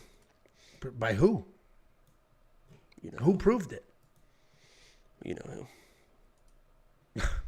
That's like The Office, you know. Yeah, he's like, where, and Dwight? I just start crying. Oh no, there's two parts. He's like, who is it, Michael? When it's her mom, he's like, Pam's mom. It's okay. That's the best. He's like, it's okay, Pam, and she's like, no. And then the other one is when they're trying to figure out where Dwight was fucking Angelo, and Oscar's like, where was it, Dwight? He's like, did you do it in the office? He's like, where, Dwight? And Dwight's like, where, Dwight? And Dwight's like, he's like, oh my God. Because it was on his desk. Yeah. Next up at UFC 296, we have Cody Garbrandt taking on Brian Kelleher. This is a very interesting fight. This card is stacked with fights that are fun and interesting, even if they mean nothing for the division. This is one of them. Sure, a Cody Garbrandt win could get people talking, ooh, is he back? But it's not like either one of these guys are going to make their case for a title shot or a rankings or anything like that following a win in this fight. But it is a very fun fight nonetheless. We got Cody Garbrandt, 13-5 overall, 2-3 in his last 5. He's coming off that very patient, some call it boring, win over Trevin Jones, taking on Brian Kelleher, 24-14 overall, 2-3 in his last 5. He is on an unfortunate 2-fight skid. Cody Garbrandt, former champion of the world. If you just started watching MMA, COVID or later, you missed Cody's heyday. He beat Dominic Cruz in one of the most spectacular performances anybody has ever seen. That single fight, that single performance from one fighter was literally one of the best performances any fighter has ever had in the cage. Anytime I see that on anywhere, I always watch that fight because it's fucking insane, dude. And Cody Garbrandt looked spectacular. He's always been a super razor-sharp, clean boxer. And he has actual wrestling credentials. He wrestled in real life. And then all of a sudden, we saw this insane footwork and the constant movement, the threat of a takedown. He out-Dominic Cruz. He just did it better, was faster, had more power in his hands. The problem is he has so much power in his hands, too much power in his hands, that he started chasing knockouts. And on the way to chasing some knockouts, he got knocked out. And then his chin is gone. And now Cody Garbrandt's a little bit older. It's going to say he's only 32 years old. That's shocking to believe. But Cody Garbrandt's a little older. His chin has been hit a little too few many times. And all of a sudden, you can't necessarily trust him. But he's got all the skills. Great striking, great wrestling, great footwork, all the skills. He is coming off that win over Trevin Jones where we finally saw some patience. We would be screaming at the TV, stop chasing knockouts. And then he fought Trevin Jones and he stopped chasing knockouts. and won that fight. He's taking on Brian Kelleher. You're going to see the record, 24-14. You're going to say, oh, he kind of sucks. That is not true. Brian Kelleher is a well-rounded guy. He has clean boxing himself. He's got some decent power, good grappling, sets a nice pace. Super fun to watch. He's always chasing a finish. Very fun guy. And if you look at the record, he's lost to some really good fighters. It's not as if like he's losing to a bunch of strangers. He's lost to some very good fighters. He has all the skills to be a tough night out for anybody, even in a loss. The problem, though, is he just fought Mario Batista, and he looked terrible. He had nothing to offer. He was jumping guillotine. It was very out of character for him, but there was just nothing there for Brian Kelleher. I don't know why. Might have just been a bad night. That's not how he fought historically, but he did not look good in that matchup. Anytime Cody Garbrandt fights, he's probably the better fighter in the cage. Maybe literally every single time he fights. But then it comes down to, can you trust his chin? Can you trust him? In his last fight, we can trust him. Is that going to carry over? I don't know. Cody Garbrandt's going to be the pick. He's the better fighter. He's going to have more power in his hands. He's going to have better footwork, better wrestling, more skills overall. But he can get touched and he can get put out at any moment. I think the odds are actually correct. I don't think they're wide. He's that much better of a fighter. But Cody Garbrandt's going to be the pick. I do not have any bets on him just because, I mean, he can get knocked out at any moment. What do you think, Jakey boy? Yeah, you have this as high confidence in your picks, and I was going to. I'm very confident I'm very confident in him winning. When it comes to spending money on that, that's a different situation. Yeah, I like Cody Garbrandt. I think a lot of people like Cody Garbrandt. Everyone's probably gonna be rooting for Cody Garbrandt. I was actually when I went to. So you mentioned that he fought Trevin. I actually was at that Trevin fight. It was UFC 280. I actually have a. I was actually at UFC 285 there. I met Amanda Hebos. And the interesting part about that fight was, leading up to that fight, I knew that he was going to wrestle, right? I mean, I did the deep dive into what's going on. The fight week was upon us. In his interviews, he had one of these on, and one of these things on his wrist said it was like his high school wrestling something. I pointed that out. I screenshot it. I sent it to Discord. I said, he's going to wrestle. He's going to win this fight. That's what happened. But in that fight, that was a fight that, yeah, it kind of went his way, and he mixed in some takedowns. He was dancing around, but Trevin did fuck for shit in that fight. I think he landed a total of like 7 significant strikes going into the third round, and like 6 of them were leg kicks. But if you watch that fight, Cody was having the time of his life, right? People were booing. I wasn't booing, but people were booing because it was such a slow fight. He was doing the footwork, dancing and stuff like that. He was never getting hit. He was doing his thing, mixing a takedown in 2. But Trevin did land a left hand about halfway through that third round. And you saw the fucking panic in Cody when that thing landed. And when you see that, after he won a fight and he was having success and he was looking good, it's like, holy shit, you still can't trust this guy. He got hit once. It was one punch, the first punch he got hit with. It was like, oh, and then he like started panicking. And you know what he immediately did too?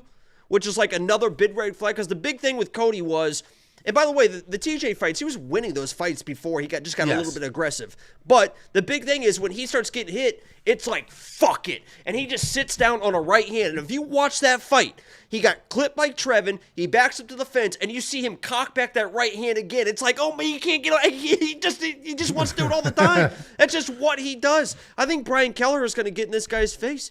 He knows that the chin is going to be there. He's going to make this a brawl. If Cody wants to wrestle, maybe he has the guillotine, he gets out wrestled. But at some point, he is going to land a shot on Cody's chin. He's not going to be Trevin throwing 13 strikes in 3 rounds, whatever it was. He's going to get in this guy's face. He's going to land a shot, and he's probably going to knock this dude out because Cody Garbrandt can't take a shot. He just can't. It's just not possible anymore. So I'm going Brian Kelleher here because I know he's going to get in this dude's face, and if he lands a couple right hands or a left hand, it's probably going to chin Cody. Trevin landed one shot, and it was like, oh no. It was like, oh. So, I'm going Brian. I don't. Obviously, we could see all of that happening. Everything you just mentioned could happen. I just think we'll see. I mean, Cody's I got a good bet for this one. I'm not going to spoil the bet, but I got a good bet for this fight. For Christ's sake. No, I got a good bet for this one. I feel real good about this one that I bet. There you go. I think I do trust Cody to win. No. I trust in Cody's abilities to win. Do I trust him to do the right things? I don't know. But I'm pretty confident Cody wins this fight. $9,000 in DraftKings. He's going to have to finish Brian Kelleher, who's pretty tough. He's not a guy that you just very easily come in there and finish. He's a gamer. He'll stay in your face. If Cody wrestles and he comes in hot and he stays busy, I may have my lineup. I'm going to see what he scored against Trevin Jones because this may look similar to that. Coming forward, shooting a bunch of takedowns. And if he scored pretty well in that. Takedowns. He wasn't shooting takedowns the whole time. He was just opportunistic. No, but he had some control time and there were takedowns in the mix. Time. But there were takedowns in the mix. And he was taken down and controlled in the fight. He was on his back after he got clipped and started panicking a little bit. So, anyway. I was at the fight, Angelo, and I was very coherent at that point. Oh, that's incredible. You're going to have Brian Kelleher in your lineup at $7,200, considering you picked him to win, and he's dirt cheap. Yeah, he had 2 takedowns. Oh, he's going to be in my lineup for sure. The only red flag for Brian is he is coming off neck surgery in May. He was, and he needed that to kind of continue his career. So this is kind of like canceled a fight. Yeah, this is kind of a comeback for him, and he says that he wants to revive his career and stuff, and we'll see. He's a gamer. I mean, didn't Brian Kelleher's fight literally get canceled from like pre-fight medicals or something like that, and then had this like mysterious surgery and all this stuff? Like it was whatever it was serious. So that could be an issue as well. Trevin landed one head strike in the first 2 rounds versus Cody, and then landed 8 in the third. I mean, the guy wasn't doing shit. Well, it'll be it's a great matchup. It'll be a very fun fight to watch. And if you want to check out the bet that Jacob has, this secret bet, go to WeWantPicks.com, click Become a Member at the top. It is only $10 a month for everything you could ever want or need. Next up, at UFC 296, we have Irene Aldana taking on Karol Rosa. Irene Aldana, 14-7 overall, 3-2 in her last 5. She's coming off that title challenge loss to Amanda Nunes. She's taking on Karol Rosa, 17-5 overall, 3-2 in her last 5, and she is alternating wins and losses. Irene Aldana is a very technical boxer. She's got a ton of power. She sets a nice pace. She's able to keep the fight standing. Her takedown defense is pretty good at 75%. Her only losses in the last 4 years have been to Holly Holm, a professional boxer, and Amanda Nunes, the greatest, arguably greatest fighter of all time. And both of those women, the professional boxer and the greatest fighter of all time, decided to wrestle. They both wrestled the hell out of Irene Aldana because I can only assume they didn't want to be striking with her. That's how good Irene Aldana's striking is. She's big, she's strong, she's dangerous, but that loss was very one-sided, and this is just conjecture. This is just a theory. There's no actual facts to back this up. We have seen on more than one occasion these fighters rise to the top, get their title shot, lose, and then that's just the beginning of a downward spiral, and they just never work their way back up. I don't know if that is Irene Aldana, but we have seen that happen to other fighters in the past. Get the title shot, lose, and then just not be able to get back to that spot. She's taking on Karol. It's actually not even it's Rosa. She's a busy striker. She's landing almost 6 significant strikes per minute. She is willing to trade. She is a decision fighter, though. She got solid takedown offense and defense, 11 takedowns in 8 UFC fights, 68% takedown defense. Doesn't have much power, has plenty of cardio, plenty of pressure. She's coming off that very close win over Yana Santos, formerly Yana Kunitskaya, where she had 1 takedown, and that's probably what clinched that fight for her. I do think Irene Aldana wins this fight.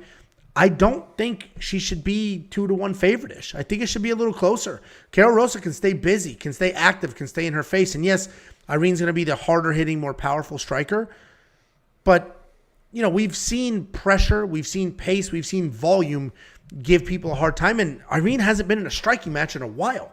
People just keep wanting to wrestle her. So Irene Aldana is going to be the pick. I think I need to see her in this fight. See how she does coming off that title loss. It was a bad loss. I mean, she got the crap kicked out of her. I got to see how she looks coming off that loss. Hopefully she resets. She come back, so she looks fantastic. So she's going to be the pick, but no bet for me here. What do you think, Jakey boy? Yeah, I mean, this is probably going to be a close matchup. It could get sloppy at times. It's probably going to be a decision. We know how women's MMA fights going. I'm going to Aldana because I'm Lobo Gym all the way. Lobo Gym until I die. She's at Lobo Gym with Grasso and Lupe and Diego, and I think she's gonna be ready. That moment was probably a little bit too big for her. You saw her even in the stand-up kind of freeze and stuff like that. This should be much more in her wheelhouse. This is going to come down to if the fight's at space, Irene's going to win the fight. If this fight gets dirty, it gets clinchy, it gets grapply, it's probably going to be Karol Rosa. So Irene, you just got to pump that jab out there, keep the space. If you get against the fence, break away, get out of there. Don't engage offensively in the clinch either. You're probably going to have an advantage with the height if you get Karol against the fence, but weird things happen in the clinch. She can start reversing you around, and then all of a sudden you're playing that game where it's like, who had more control? We don't know who won that fight. Stay at space. Throw the jab out there. Just box her. She clinches. Throw her off. Get your underhooks. Get out of there. Back to space. Do what you got to do. I'm a real Aldana, but I agree. I think these odds are, to me, it's like a minus 130. For Irene, she should have the striking advantage, so you're going to make her the favorite. But I do want to see her prove it after that Nunes before I really lay money on her, if I do. So she's the pick, but I agree. It's actually, I do have a little bit of money on her, but. Well, if you want to see that insanely confident bet that Jacob placed, go to We Want Picks, become a premium member. It's only $10 a month. $8,800 in DraftKings? I don't think so. We have 14 fighters on this card, so we have 14 fights, so we have 28 fighters to choose from. $8,800, you're going to need a finish or a bunch of wrestling. You're not going to get wrestling out of her, so then we need a finish. Karol Rosa is very tough. I don't think she's going to be worth that $8,800. You agree with that statement? Neither. Yeah. I'm just trying. I got this guy, a bus in here that's about to piss me the fuck off. In the chat, Angelo, please end the lock of the week. Save the integrity of this channel. I tried to shut Isn't that it crazy that it's 2 in a row? I mean, know. we've lost. The most we've ever lost is 4 in a row. So you better fucking hold on tight because we could get there. But I mean, fuck, man, it's 2 in a row. Before that, we hit 3 of 5 with the 270. And the point is, they're all underdogs. People are just so, and it's a free pick. It has nothing to do with premium either. It's just a fucking free pick, man. That is the one thing that stresses me out about lock of the week. Is you'll lock of the week lose like premium. It's like, what the fuck? The second it's 100% free. It has nothing to do with in premium. the live chat when I'm sitting on the stream, everyone's like, "Oh, premium, nice premium." That has nothing to do with premium. It's 100% free, and that's people. You and I talked about this off camera. A lot, the views for the lock of the week spike huge. I assume a giant percentage of that are just waiting with a nasty comment like, yes, lose. And then it wins, and then they delete the comment and they move on and they wait for the next one. So people are so mean. I don't know why. Listen, I get being mean to Angelo, right? I mean, that makes total sense being mean to Angelo because he's kind of a mean-spirited, angry troll type person. I mean, he just looks like a gargoyle type, like. Yeah. But me, like I'm the people's champ. I have fun. I do the best I can. I'm a fun-loving guy. I just want to make people laugh. Being mean to me is like, why are you doing it? It's like kicking a kid in the cancer ward. Literally, you're small, weak, yeah, like I'm a child. Cancer survivor. Cancer. Yeah, it's. Yeah. I got no family. I got no friends. I get no. We do get a lot of emails basically saying, "Hey, Angelo, like thanks so much for everything. Like the Make-A-Wish stuff with Jacob was incredible." People think I'm granting a Make-A-Wish kid his dream, and I don't correct them because I don't know how much longer you will be here, so it might as well be. But my fucking dream would be to not have to do this every week. And if you become a premium member today, you will get me one step closer to that dream. WeWantPicks.com. Click become a member at the top. Next up, at UFC 296, we have the featured prelim of the evening. We have Josh Emmett with a new opponent taking on Bryce Mitchell. Josh Emmett was supposed to fight Giga Chikadze. That's who he was training for. He was training for a striker with nasty kicks. He was training for a stand-up fight. And then they said, here's a country boy that is just going to be diving at your shoes the entire fight. Just non-stop trying to sniff those feet. Very different matchup. Josh Emmett is a wrestler, though, so technically, skill-wise, he should be prepared, but we'll talk about that in a second. Josh Emmett, 18-4 overall. Did he say this is his last fight? He may have said this is his last fight. I don't remember, though. Josh Emmett, 18-4. 3-2 in his last 5. He is on a 2-fight skid, and he is headed to his 40s. He's taking on Bryce Mitchell, 16-1 overall, 4-1 in his last 5. He is stepping up on short notice. Josh Emmett, I mentioned, he's a wrestler. He has high-level wrestling credentials. He spent his entire life wrestling. And then when he became a fighter, he said, forget what got me here. I'm going to throw bombs. And it does work for him. He has 11 knockdowns in 13 UFC fights. That includes his losses. You'll see he averages 1 takedown per fight. That is a very deceiving statistic because 8 of his 11 ever takedowns in the UFC came from 1 single fight. He's an accomplished wrestler who doesn't use his wrestling. He's got speed. He's got power. He's a dog. This dude is insanely tough. We saw that in the Ilia Topuria loss. And he does have big, huge one-punch power. The problem is he just sits on it waiting to throw that. He's taking on Bryce Mitchell. Bryce Mitchell is a dominant wrestler. He sticks to a game plan. He averages 3 takedowns per fight and lands fewer than 3 significant strikes per minute. Basically, he's just diving at legs. He's landing no strikes and gets a bunch of takedowns and a bunch of control time. That's all he's doing is just shooting. He's got great scrambles. He's got great control, which is why he's at 3 takedowns per fight. We broke somebody down a few fights ago. Cody Durden was averaging 6. The only difference between these two, they have the exact same game plan. The difference is Bryce Mitchell has better control. He takes you down, you stay down. Where Cody Durden takes you down, you can scramble and pop back up. Problem with Bryce Mitchell, his striking is atrocious. It's absolutely horrific. If he doesn't get a takedown, he's got nothing to offer. Nothing to offer. How dumb is that, man? You think, please say clearly into the microphone, you think Bryce Mitchell has very good striking. I don't think it's dog shit, whatever you said, striking. I think it's adequate striking. He knocked down Edson Barbosa. I said atrocious is what I said. He knocked down Edson Barbosa with that atrocious striking. Okay. One of the best strikers in the division. Well, okay, one good punch. Congratulations. Striking is not good. And I would like people to let Jacob know in the comments how you feel about him insisting that the striking. Yeah, let me know in the live chat right now. Is it atrocious? Is it one of the worst in the divisions? It's adequate. He does fine in the striking. He lands 3 significant. You don't even know. He doesn't land enough strikes to know if it's fine for the division. It's terrible striking. I don't even like Bryce Mitchell, and I'm picking him to win this fight because I think he is just going to dive at legs. Josh Emmett doesn't wrestle nearly as much as he should. He just relies on that big power, and I know for a fact I can trust Bryce Mitchell to shoot. I can just trust him to do that, and that's what he's going to do. Josh Emmett has very good wrestling, but he can get taken down. We've seen him taken down in the past. So Bryce Mitchell is going to be the pick here. The odds sort of widened a bit. I have a bet on him half a unit at minus 140. Ooh. He is now minus 205. I got it almost not as soon as they dropped it, but close because it immediately tightened. Threw that up for premium members, and then it went ahead and widened again. Jakey boy, what do you think? You're a big Bryce fan. What do you think? You kind of got destroyed in the live chat too. Most people are saying he's got decent striking. So let me just say too, while I've been sitting here, watch the striking clinic. While I've been sitting here, well, I mean that's not what you said. You said it's atrocious striking. That's all I'm arguing. I'm not saying he's going to come in and when your only job is to be phenomenal at fighting. Angelo. Blood pressure. When your only job is to be phenomenal at fighting, and that's how you strike.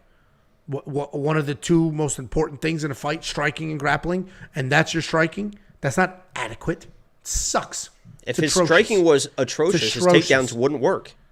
He sets up his takedowns with decent striking. If he had no striking, people would just sit there with their hands down like this, just ready to defend because he didn't have any striking. That's why his takedowns are so good, because he has okay striking. 2.32 significant strikes per minute. He's not a minute. It would be so easy. Strikes a minute. And that includes strikes on the ground. His striking sucks. The reason why he has such good takedowns is because if he had awful striking, his takedowns wouldn't work. You can't just shoot takedowns. Bryce Mitchell, one of the better strikers in the division. No. You can move that goalpost and move that argument. That's not my argument. I did move. I'm just saying that he doesn't have atrocious striking. Okay. That's the only argument being made. I'm not saying he's a great striker. Sure. I mean, don't get upset because everyone's on my side, Angelo. I know you're looking at the chat. I mean, holy shit. Don't get upset, man. I'm not mad at you. I can't wait to see this strike this Saturday night. I'm looking forward to this strike. None of us are mad at you right now. None of us are mad. I am mad that you're not breaking down this fight yet, so let's go. What I was going to say before I was, you're the one that's interrupting more than anyone in this live stream. Please Khabib continue. takedowns worked every time. Yeah, Khabib's got a good jab. He's got decent striking. That's why. He dropped what kind Conor. Of point, His striking is phenomenal. What kind of point were you just trying to prove? Please just continue. You just contradict yourself. Yeah, Khabib's got a good jab that sets up his fucking striking. You literally just outed yourself. He's got terrible striking too. Khabib's got terrible striking. Yes. If you can't hang in a striking-only matchup, you have terrible striking. But you got to stop. If you can't hang in a striking-only matchup, you have terrible striking. It's just that simple. If Bryce Mitchell couldn't wrestle in this matchup and it was striker versus striker, would you say he's got adequate striking? If this was a kickboxing match between Josh Emmett and Bryce Mitchell. I hope people have stopped listening because this is his striking sucks. Please continue. His striking sucks. Yeah, so what I was trying to get to is, as I was sitting here staring at Bryce, I kind of realized, first of all, guy's got beautiful eyes. Really beautiful eyes. And honestly, I think that if you take Bryce, you give him like a little 5 o'clock shadow and a fade. Dude, I think he's a fucking, not that he's not a good looking guy already. I think he's a really good looking guy. He's got nice cheekbones, nice soft eyes. You just trim this down a little bit with a nice high fade.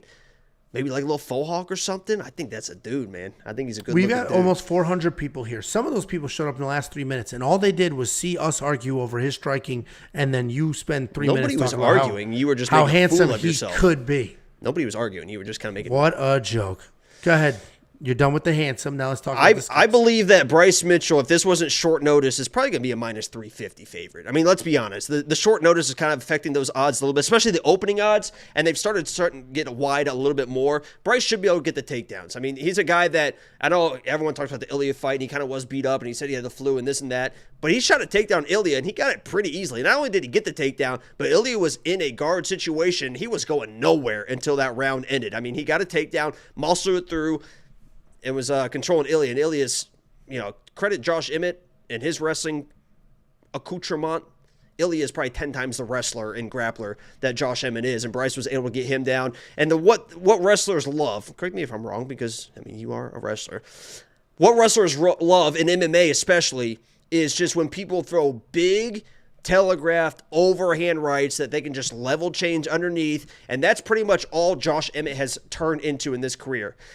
Yeah, he might land one, right? Because Bryce will do a little bit of a stand-up, and he can get hit, right? He doesn't have the greatest striking in the world. It's adequate, but he can get hit, so we might see a situation where he lands that right hand. Well, when you're as good as Bryce Mitchell and you do have good footwork, you have nice kicks, you can keep range, and then Josh Emmett cocks back that right hand, it's a nice, easy level change, and if he gets him down, I think he can control it. Maybe find a submission, maybe second, third round, something like that, but Bryce Mitchell's going to be a play for me just because Josh Emmett has just turned into just a one-hitter quitter or he loses the fight type of guy. And I think Bryce is going to love those big overhand rights coming. Nice little level change. Takedowns are easy. Little control. There you go.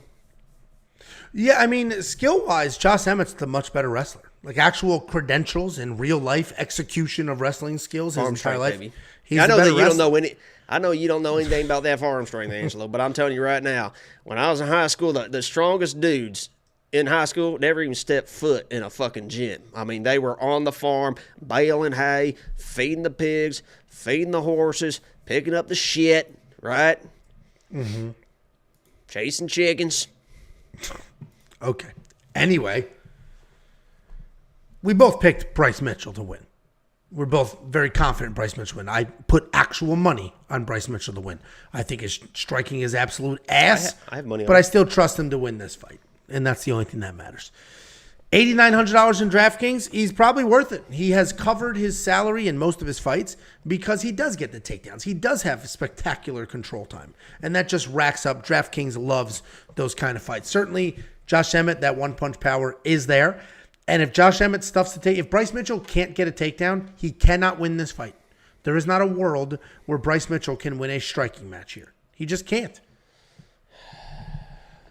We're on the same side. I've got the bet. Jakey Boy also has a bet. You want to unlock that? WeWantPicks.com. Click Become a Member. It's only $10 a month. The best part is if you completely disagree with every single thing I've said, well, all of Jacob's picks and bets are on premium. If you completely disagree with him, go fuck yourself. And then you can check out Running Mouth's page or the MMA Minutes page or Artem's page because all of them are also providing their bets, their picks, their insight, their round line leans, their confidence plays. All of that available to you. Only $10 hairs a month. Bryce by head kick. Calling it now. Put it on Twitter. I need him. I need him to have incredible striking in that fight, and I just look so stupid, or just like just atrocious striking. I need one of those two. Was that you just shadowboxing? You look This like was me, Stephanie Egger. Bryce Mitchell. Yeah. We watched her shadow box and we faded her hard, and that was probably a close fight. But, I mean, that literally was like she was like that.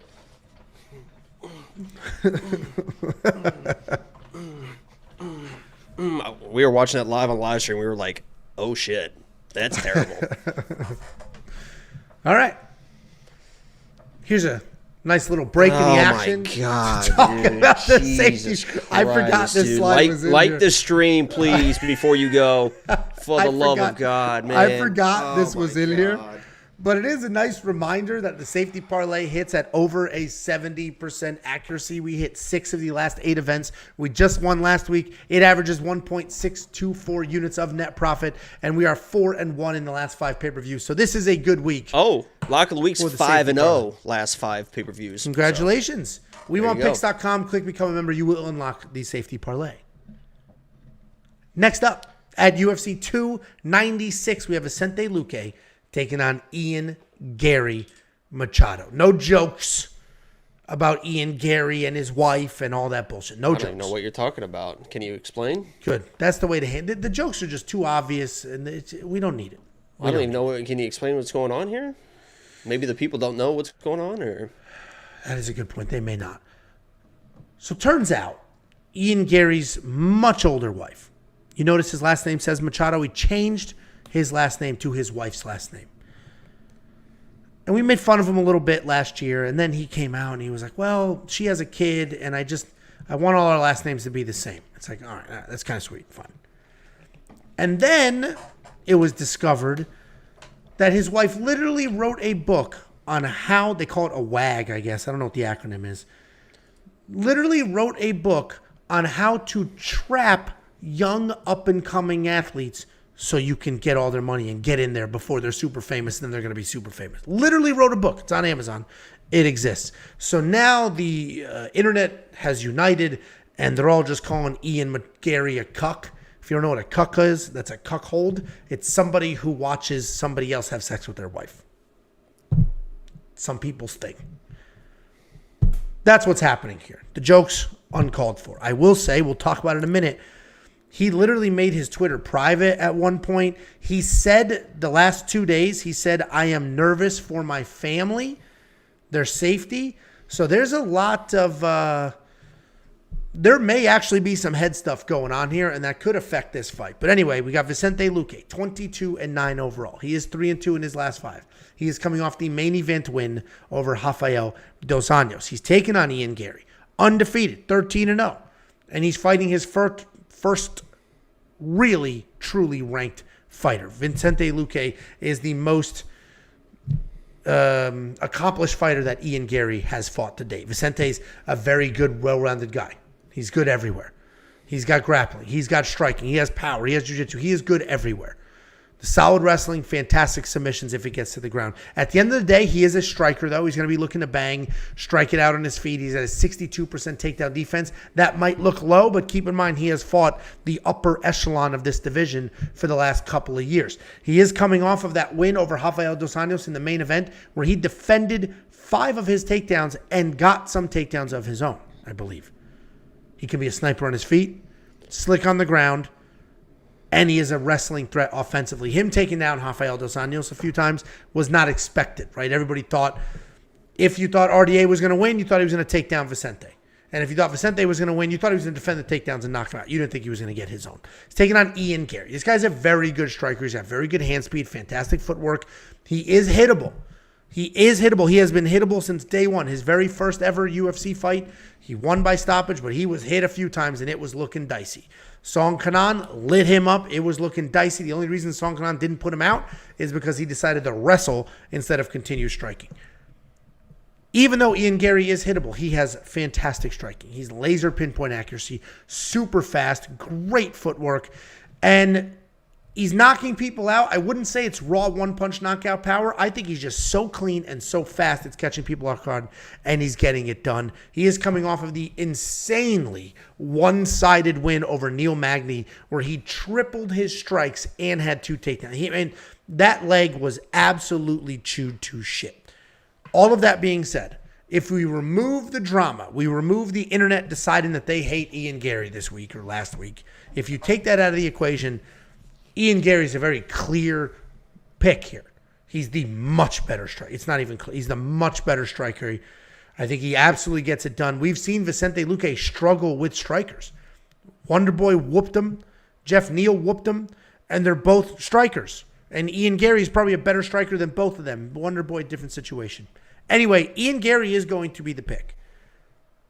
But if you're worried about all the outside noise and if that's affecting his headspace, I would stay away from it because that may be a factor, and we just don't know. Like, what do you think? I know you said earlier in the week or last week that you think he's that guy that none of that noise bothers him, but he did make his Twitter private and he did say publicly he's worried for his family's safety this week. Do you think any of that matters or no? Serious question. I think he's fine. He's a young, confident dude. I think he just made a post. He's got comments back on 4 hours ago. He just made a post about there will always be haters. It's my time to respond this Saturday. And someone said, "You're an inspiration, Ian. You remind me of Brennan Schaub." And then another comment says, "Please don't let your nutritionist see this, bro. He's going to cut your bedtime," because this nutritionist is the wife's ex. Oh, that's right. Yeah, that it's a tangled web. Go ahead. Who do you think wins this fight? I would encourage people, listen, if you think Ian is what he is and this and whatever, and you think it might affect his performance or whatever, just don't bet him. I would encourage people not to bet against Ian and put money on Vicente just because of all the outside noise. It's not worth it, right? Because Ian Garry is just, to his credit, and I'll be honest, I used to be an Ian Garry apologist, I would say, because I know a lot of people, even before all this stuff, thought he was kind of a douchebag and whatever. And I stood up for Ian Garry. I said, listen, I kind of think it's kind of funny the way he goes about things. Like the Daniel Rodriguez stuff, he sent a pizza to him like the night of the weigh-ins and stuff like that. Stuff is funny to me, right? He sent a pizza to his room the night he's cutting weight and all that stuff. So sorry, real quick. He took Jeff Neal's mugshot, printed it on a shirt, tried to sell the shirt, wear the shirt, and then he jumped down Neil Magny's throat like, "I would never hit my kid. You're a child abuser." Oh, that's great. I would never got to that. Yeah. Thanks for Well, you sounded like you were moving on. You sounded like you were moving on. I was talking about the things that he did, and then you just really put 2 feet in there and splashed all the water out of the pool. Because you're fat. Ian Garry, I would just encourage people, don't bet Vicente just because you hate Ian Garry. Ian Garry is the better fighter.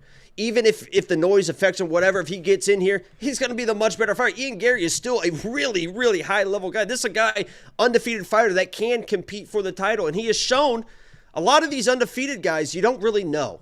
You don't really know, okay, when adversity hits, how's he going to perform? When it's a close fight, how is he going to perform? We've seen him win decisions. We've seen him get dropped and understand the situation of what he needed to do to survive. Got back to his stool, wasn't panicked at all, said, I made a mistake, I won't do it again, and end up getting a finish in that fight. That was also at UFC 285, where I actually was at UFC 285, where I met Amanda Hebas. I saw that happen in live, in real time. Ian Garry is Ian Garry's a good fighter, man, and he should smoke a guy like Vicente Luque, outside noise or not. It just comes down to that. He's a better fighter. Yeah, I mean, I completely agree. Obviously, if Vicente comes out here with a wrestle-heavy game plan, maybe he could have success. We actually haven't seen a lot of that headed, in Ian Garry's direction. We haven't seen a ton of people. Are you fixing it or taking it down again? Fixing it.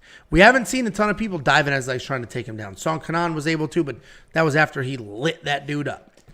So I agree. Him surviving the Kanan beating and the almost stoppage. A different referee may have stopped it. Like he was not close to being stopped. Song started grappling him and saving him. Well, that was the only reason that saved him. But like a different referee may have stopped.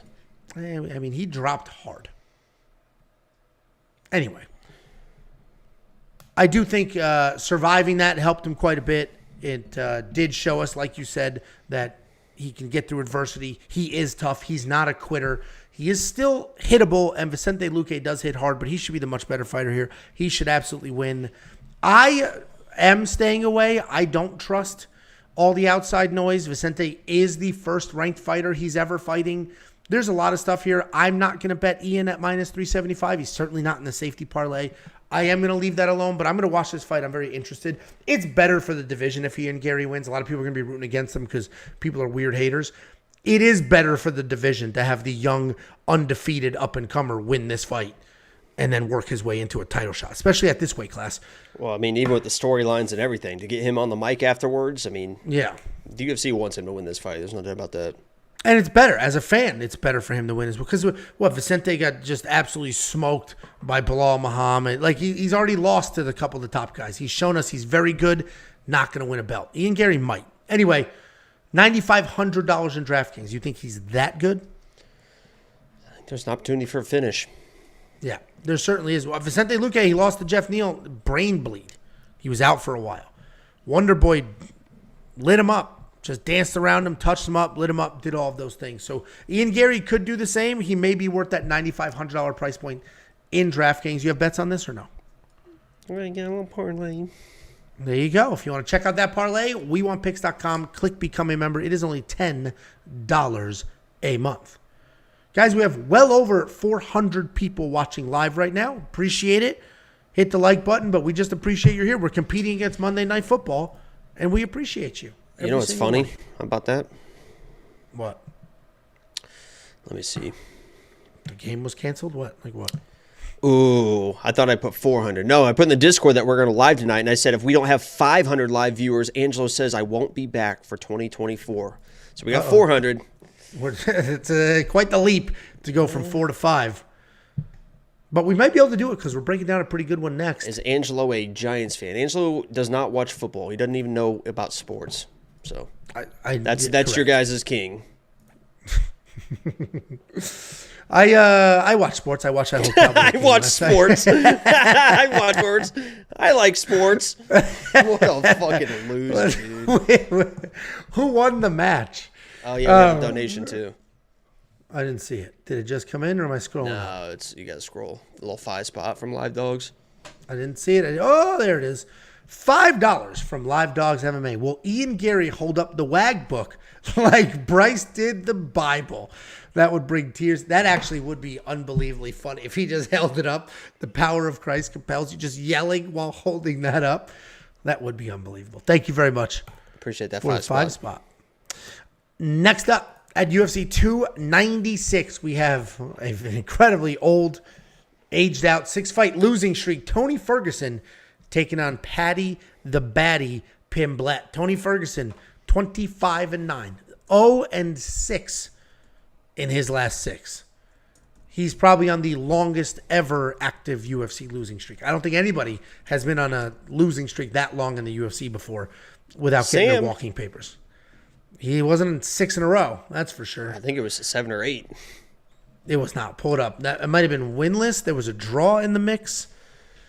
Yeah, anyways, taking on Paddy Pimblett, 20-3 overall. He is 5-0 in his last 5, but he is coming off a very questionable. It was 9 in a row. Winless. Before he was, it was 4 and then a draw and then 4 more. Yeah, the draw reset the clock, but that is crazy.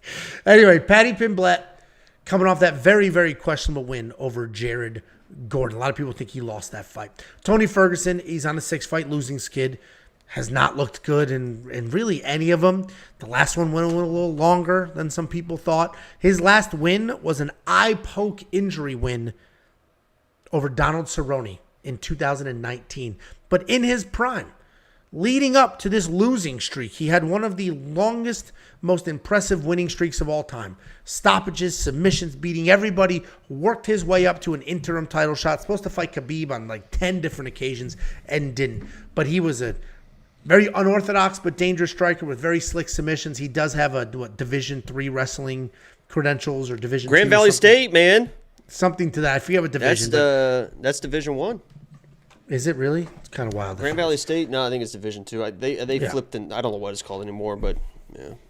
Well, he does have some actual wrestling credentials as well. Problem is, he's 40, beat up. He was always a kind of a cuckoo guy, which really has helped his intensity, his training. It's helped him do the things he needs to do inside of a cage. But as he gets older, it's not working that well for him. He's taking on Paddy the Baddy.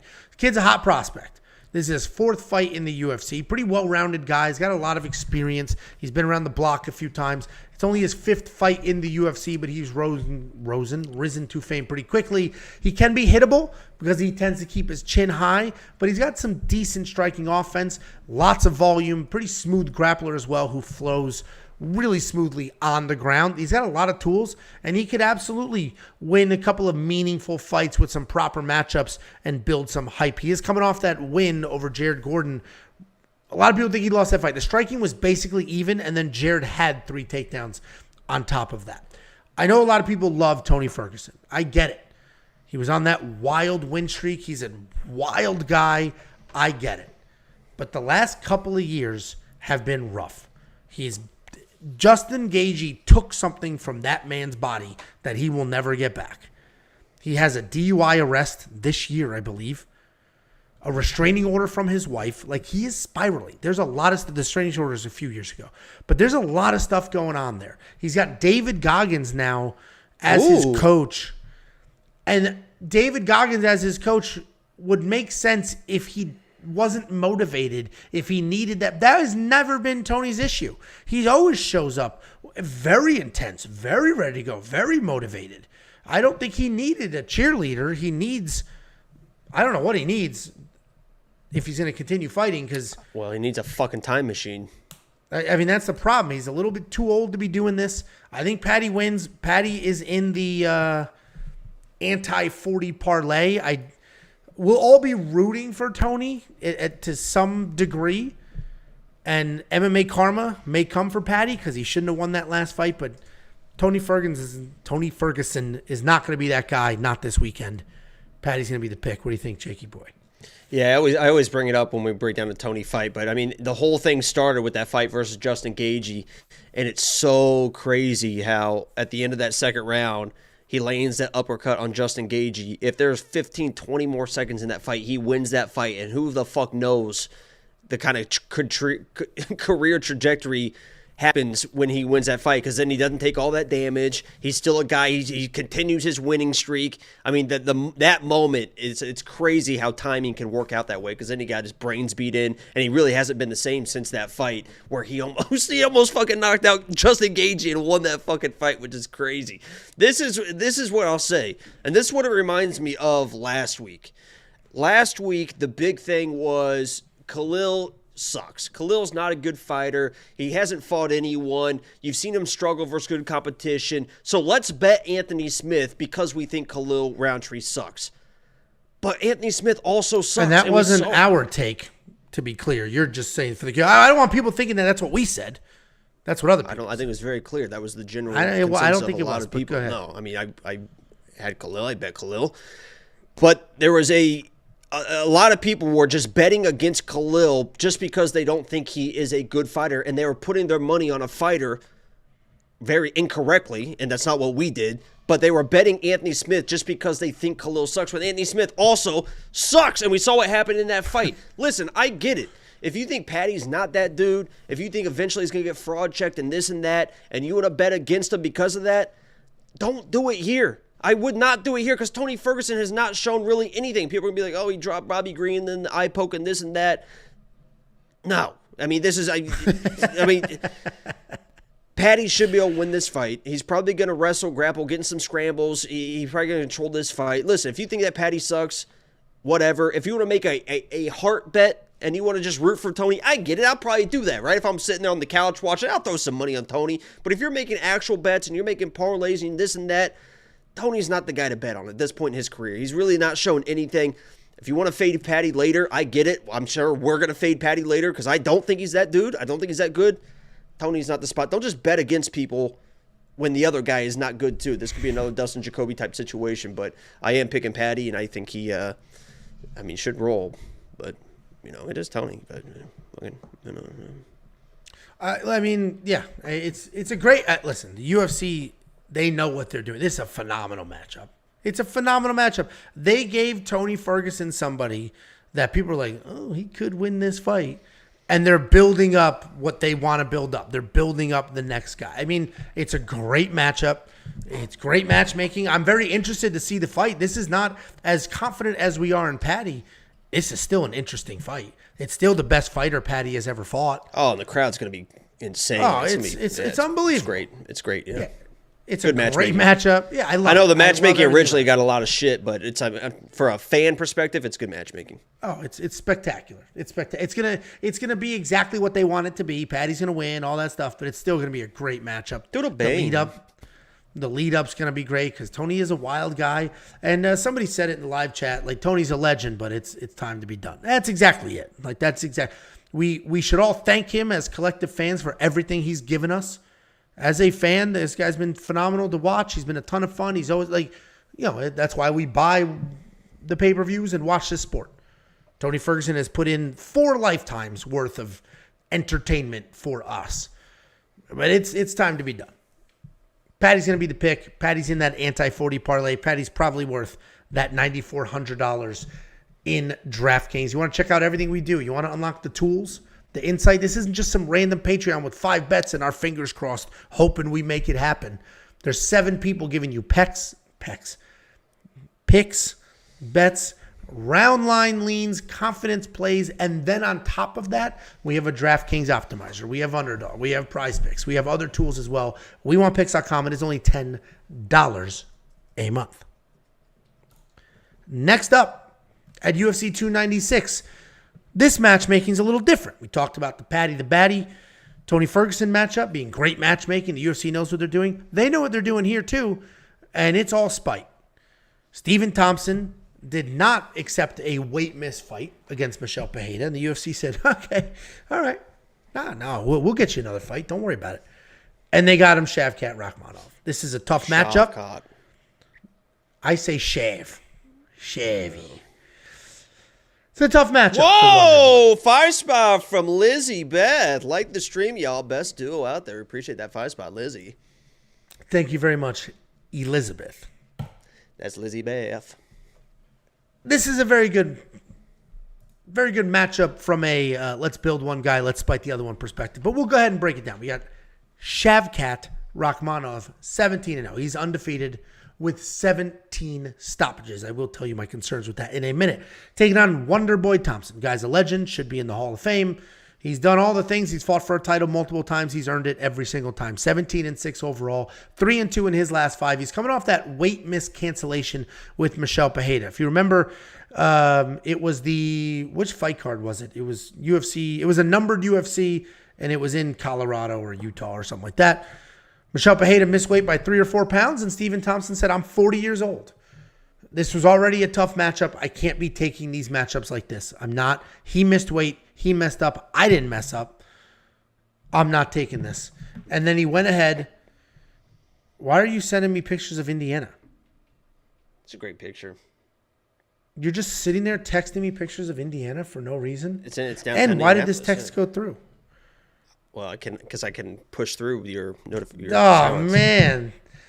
What a joke. That's so fucking stupid that you would send me that right now. Anyway. I saw it, and it's a beautiful picture. I love Indianapolis, you know. You didn't have to. You're not supposed to look at your phone. That was your fault. The alert went through. It threw me off. Anyway, we have Wonderboy taking on Shavkat. I mentioned Wonderboy wouldn't take that fight, so the UFC gave him a matchup a few months later, genuinely, despite him. Wonderboy's one of my favorite fighters. Just pure love for the guy. He's a happy, fun-loving guy, and skill-wise, he's great. He's got that karate-style striking. He is still practicing karate, still earning his belt, still growing in that field, and he's a very good MMA fighter as well. Takedown defense has been tested in the past. Hasn't always held up, but he has incredible wins. He beat Robert Whittaker. He beat Jorge Masvidal. He beat Johnny Hendricks, if you don't know who that is, former UFC champion. He beat Vicente Luque. His only 2 losses in the last 4 years were to nonstop dominant grapplers. He even beat, stop pushing text through. Did you just do that? No, not. Why is my phone making noises now? You want to apologize real quick? Because that tone, and I mean, holy shit, I'm just sitting here. I even have my hands like this. Getting chewed out. I don't accept. Maybe I heard your phone through the... My phone has never, ever had the volume on. I'm losing it. Wonder Boy's a legend, and he has earned that legend status. Taking on Shavkat Rakhmonov. This guy's special.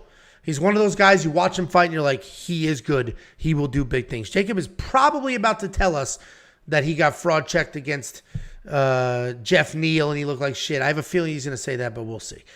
Anyway, Shavkat Rakhmonov, 17-0. It's knockouts, it's submissions. Like, he is beating people every which way. We don't see him slow down. We don't see him gas. So I'm not going to assume that he can't fight to a decision. But we haven't seen it, so that's going to be questionable. But he is very slick. He's very dangerous. He's good everywhere. Solid defensive wrestling, solid defensive judo. Very active when he gets it to the ground. He'll use those takedowns as well.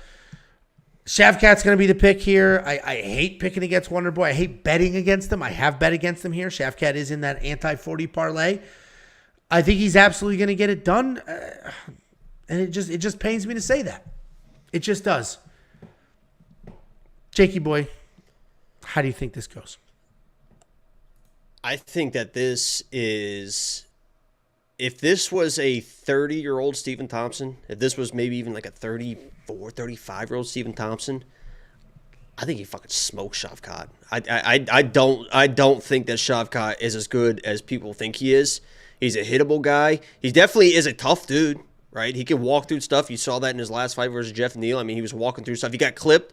If Jeff wasn't on short notice, if he wasn't gassed when he got clipped in that third round, he probably gets finished and loses that fight. It wasn't short notice. But he did get clipped. Jeff was gassed. He couldn't quite get to that position, but he was able to work through that position. Shavkat's toughness is there. He's a durable guy. He's definitely a dangerous guy. 17 wins, 17 finishes, right? He knows how to finish a fight anywhere. I think he's got as many KOs as submissions, too. It didn't exactly like... It might be exactly the same. Well, yeah, it's 17. It can't be exactly, but... It's an even split. Connecticut education. But if this was if this was a young, vibrant, still super dangerous Stephen Thompson, I think that he has the striking.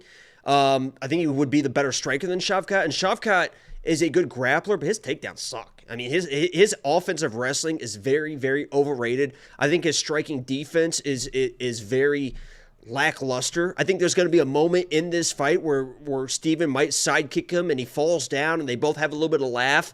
But if you have Shavkat every single parlay and money on him and all this stuff, you're going to be like, oh, because it's Stephen Thompson. If this is a striking matchup, and I believe that he has the abilities to keep this striking, I don't think Shavkat's takedowns are anything special. And it's really, as you mentioned, kind of been those really dominant wrestlers that are able to take Stephen Thompson down because he knows what he's doing, right? It's not like he can't defend a takedown.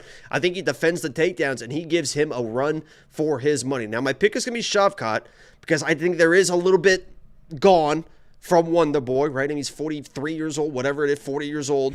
I think he has a little bit of pop out. But if this was a young Wonder Boy, I think this fight is very, very interesting. And if you're going to put money on a live dog, I would take your Tony money that you want to put on Tony, and I would sprinkle a little bit on Stephen Thompson because he has the ability to throw some weird shit out there with the karate stuff that Shavkat maybe has never seen. And Shavkat got rocked in his last fight. So I'm going Shavkat here because, I just, I'm very, I don't want to say I'm anti-Shavkat. I was going to say you are. I mean, and you were. But I'm in the Discord saying Shavkat sucks, and obviously he doesn't suck. But I think he's a little bit overhyped. I think his wrestling's overhyped. He's a dangerous guy, but I think he's going to run into some trouble here once he starts getting in the top 5. And he may, but this isn't that matchup. And then we have this comment saying he literally broke Kevin at 40. No, Kevin broke his own hand. Yeah, but he was fucking. Wonder Boy didn't break. But no, Kevin is overrated as well. So. But yes, and Kevin broke his hand. I mean, the early fight and the late fight were two different fights once Kevin's hand was completely broken. Anyway, I listen. I appreciate all of that because I love Wonder Boy. I do have money on Shavkat, so I want him to win. But if Wonder Boy won, part of me would be like, good for him. Like, good for him, Oh, I hope Wonder Boy smokes his ass. Wonder Boy, by the way, on the embedded too, dude. Dude, there's not a nicer dude in the world than Wonder Boy, He's and you also already know that as well. But on the embedded, the first clip of the embedded is a bus pulling up, and it's Wonder Boy driving the school bus, opens the door. Come on, get in, kids! And all these kids get in the bus, and he takes these kids from school to his karate class, and he teaches this. It's like he's the nicest dude. He's the greatest dude in the world. It's crazy. He knows there was like 50 kids there, and he knew every single one by name, and it's like he's such a nice dude, man. No, he definitely the guy's great. I think he has earned and deserves everything he gets. My one concern, I'm really not that concerned, which I think Chef Cat wins very clearly. My only concern there is we could have a Gabriel Bonfim situation where he's incredible for a little bit and then he doesn't break Wonder Boy. Wonder Boy's not a breakable guy. He's been in some wars. Yeah, he's been in some wars. So he could finish Wonder Boy, but Wonder Boy's not going to quit. He's not going to break. Like, you submit somebody, you submit him. So Shavkat never being to a decision is a little bit worrisome because this likely goes to a decision or close to it if he doesn't get Wonder Boy down early and jump on top and snatch something. Well, he's not. I don't think he's going to take him down. I think the biggest issue here is Shavkat's really good at pressure. He's good at striking in the pocket and staying in the pocket. And one of Wonder Boy's best assets is not staying in the pocket. I mean, he's got good footwork. He keeps the distance. And if this turns into just a point fight, ooh, uh-oh. Yeah, I think I'm very confident in Shav. I think the odds are correct, frankly. But should be a really fun fight because Wonder Boy's always in a fun fight. And obviously Shavkat's never seen the decision, so he is as well. Are you going to throw Wonder Boy in your lineup? No, because if he wins, it's going to be a point. It's going to be a point fight. He's not going to finish Shavkat, I don't think. But I mean, he could. This could be interesting. No, I completely agree. And Shavkat with the Amanda Nunes money here at $9,700. He's going to have to score 100 or more ish. And this is a 1.5 line, by the way. I think the over is safe, but the problem is, the over should be safe, and I'm basing that squarely off of Wonder Boy being Wonder Boy. But Shavkat doesn't typically get past that, so it'll be interesting. It'll be an interesting fight. I'm very curious to see how this goes down. Great prospect, legend of a guy. I hope Wonder Boy doesn't retire. I don't think he will, but I hope he gets a proper send-off because that guy's been spectacular for a while. If you want to check out that entire anti-40 parlay, give it a look-see at WeWantPicks.com. Just click Become a Member at the top. Next up at UFC 296, we have the co-main event of the evening. We have Alexandre Pantoja defending his belt for the very first time against Brandon Royval. This is a rematch. They have already fought. This time, it'll be for the belt. Alexandre Pantoja, 26-5 overall, 4-1 in his last 5 coming into that first title defense. He's taking on Brandon Royval, 15-6 overall, 3-2 in his last 5. He is riding a 3-fight win streak after the submission loss to Pantoja in 2021. Pantoja is a really fun fighter. He loves just walking forward, going to work. He's got good power. He'll give some real damage. Also a fantastic grappler who's got good control with ground and pound. Striking's pretty formulaic. He's not going to take a whole bunch of risks or chances doing stuff, but it can be effective when he combines it with some power and pressure. He's very, very durable.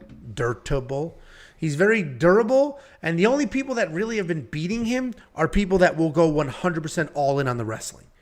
And that's not who Brandon Royval is. This guy's incredibly exciting. He will take chances. He will shoot his shot. He's always looking for a finish. He's got plenty of cardio to set a relentless pace for 15 minutes. I can only assume he's got that same cardio for 25 minutes. He's a solid grappler. He's got tricky submissions, and he will chase them. He will chase things that he shouldn't be chasing. He'll put himself into harm's way because he thinks there's a submission there.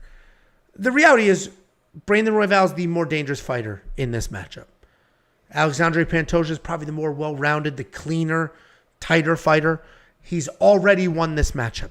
I think he wins it again. I don't think we need to overcomplicate this. I don't know how they said, okay, Pantoja worked his way to a belt. He beat the champion in a war, but he might not be able to beat that guy that he already beat a few years ago. Like, obviously, he's a favorite, but minus 170, and then there's some other people in this card that are much wider favorites. I think Alexander Pantoja at minus 170 are phenomenal odds. And then you go look at Dustin Jacoby minus 255. Like those odds don't make sense to me, right? They should almost be reversed. Pantoja should be the much wider favorite, and Dustin should probably be the tighter favorite. But I do think Pantoja wins this fight. We've seen this fight. I think it's almost the exact same thing all over again. What do you think, Jakey boy? Oh boy. Leading up to this, when I heard that fight was announced and everything, it was like, oh yeah, Pantoja's going to win this fight. I'm a big Brandon Royval fan. I just didn't think that he was going to have enough for a guy like Pantoja. And then I started really kind of watching the film and digging into the film. And Pantoja's a guy that he gets fucking lit up, man. I mean, that dude, he eats it all. But that dude gets hit like it's fucking, like he's getting paid per punch to his face. I mean, it is crazy how much he gets hit. And in that title fight versus Brandon, he was like a dude fucking possessed. I mean, the stuff that he was able to walk through, and it looked like he was done and gassed or in the middle of the second round. And then it was him taking the pressure and getting the takedowns versus Brandon in that fight. Now, I thought Brandon actually won that fight. It was definitely a close fight. I don't think anybody got robbed. But I thought that Brandon did enough to win the fight, and Pantoja got the takedowns, but Brandon was doing a little bit more on the feet. Brandon obviously had the broken hand or whatever it was. But I don't think anybody was going to really beat Pantoja that night, especially not finish Pantoja. And that's the issue here. And like I said, I'm picking Pantoja, but I'm starting to hedge a little bit on. I get the Brandon Royval stuff because I watched that fight, the first fight, and you could tell that Pantoja was uncomfortable with the pressure. And that's what Brandon Royval does the best. It's pressure, pressure, pressure. And if he had a little bit more pop in his hands, I might start leaning a little bit to Brandon Royval because of how hittable Pantoja is. But Brandon Royval's never had a knockout with his hands. His knockouts have come with elbows and knees. And yeah, he might be able to land something like that. But even if he lands something like that, I think he even landed a knee in the first matchup against Pantoja. And Pantoja literally just eats everything, man. It's crazy the chin that this guy has. And when it went to the wrestling, it went to the grappling, Pantoja was kind of just big brothering him. I mean, Royval is a very active guy. He knows what he's doing on the ground. He knows how to roll through positions. But Pantoja also is very high level, and you could see the strength difference. He was rolling through stuff, but kept control, kept that body lock, and was able to find that submission. So I'm going Pantoja here because I think they do start wrestling, they do start grappling, and Pantoja showed that he can withstand the wild scrambling of Brandon Royval. But he is a hittable guy. Brandon Royval is a guy that is going to take chances. And weirder stuff have happened than Brandon Royval coming in and finding something weird in a scramble or with a knee or an elbow or something against Pantoja. So I'm Pantoja here. I was feeling really good about it, and I almost was going to follow you with a Pantoja bet because I think if you like Pantoja, it is pretty good value. But there's something about Brandon Royval. I'm just like, yeah, I like that dude. Royval, man. But I'm going Pantoja. I'm not going to bet him, though. Yeah, I mean, Royval's exciting, a ton of fun to watch. He takes chances. He puts himself in harm's way to try to find stuff. But, I mean, we saw this fight 2 years ago. Wasn't that long ago. And since then, Pantoja has become the champion of the world. Like, I'm surprised. Do you agree that these odds should be much wider than this? They tightened. He opened as a 260 favorite, and they tightened. He should probably be at least a 2-1. I mean, he's the champion. He beat Brandon Moreno 3 times now. I mean, it's not like he just barely beat Brandon Moreno. Lucked into it, yeah. I mean, he's already beat Royval, so maybe it's a Brandon thing. I mean, he just really kind of smokes these Brandons. Smoking Brandons. No, it's just these odds perplexed me just a little bit. I'll let you guys look that word up, but that just surprised me. So I don't typically try to find even more value. But I'm going to dig into the prop bets here. I think Pantoja probably wins by. I think this is the same fight. Maybe not an early submission like last time, but I think he'll finish Brandon Royval. Brandon Royval can be a feast or famine guy. He's got plenty of cardio, but he takes too many chances and can put himself into harm's way. So we're both on the Pantoja side. I think $8,600 is a spectacular price for DraftKings Fantasy. You have 5 rounds to work with, and he's already finished this guy.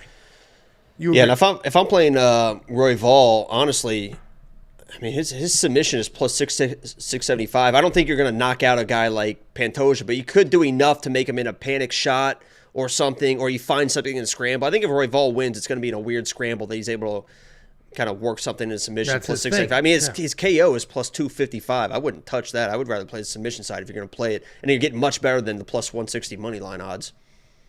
Yeah, I mean, and that's Brandon's thing, snatching things up in wild scrambles. And I don't think he's going to win a chances decision. I don't think he's going to out grapple and like control Pantoja or win the striking for 5 rounds. So yeah, I think they're just giving Pantoja or Royval a ton of credit for knocking out Mateusz Nicolau, who's a great prospect, great striker. You know what's funny about that? If you watch that, because it's her and Luana, by the way. Man, he about to fucking smoke Luana. That was actually kind of a power couple. They both looked like they were going to be like the next like things for the divisions. And when he lands that knee, you hear the knee land pop, and you hear Luana in the corner go, "Ah!" It's so funny. You can hear her scream, "Ow!" Yeah, well, I mean, he's definitely dangerous, and I think he's getting a lot of credit for that win. Great win. He should get credit for it, but I think he's getting a little too much credit for that win. So we're both on Pantoja. I will have him in my lineup. I think $8,600 is a great price on the current champion who's already won this fight and has 5 rounds to work with. Next up, at UFC 296, we have the main event of the evening. We have the fight that Leon Edwards said would never happen.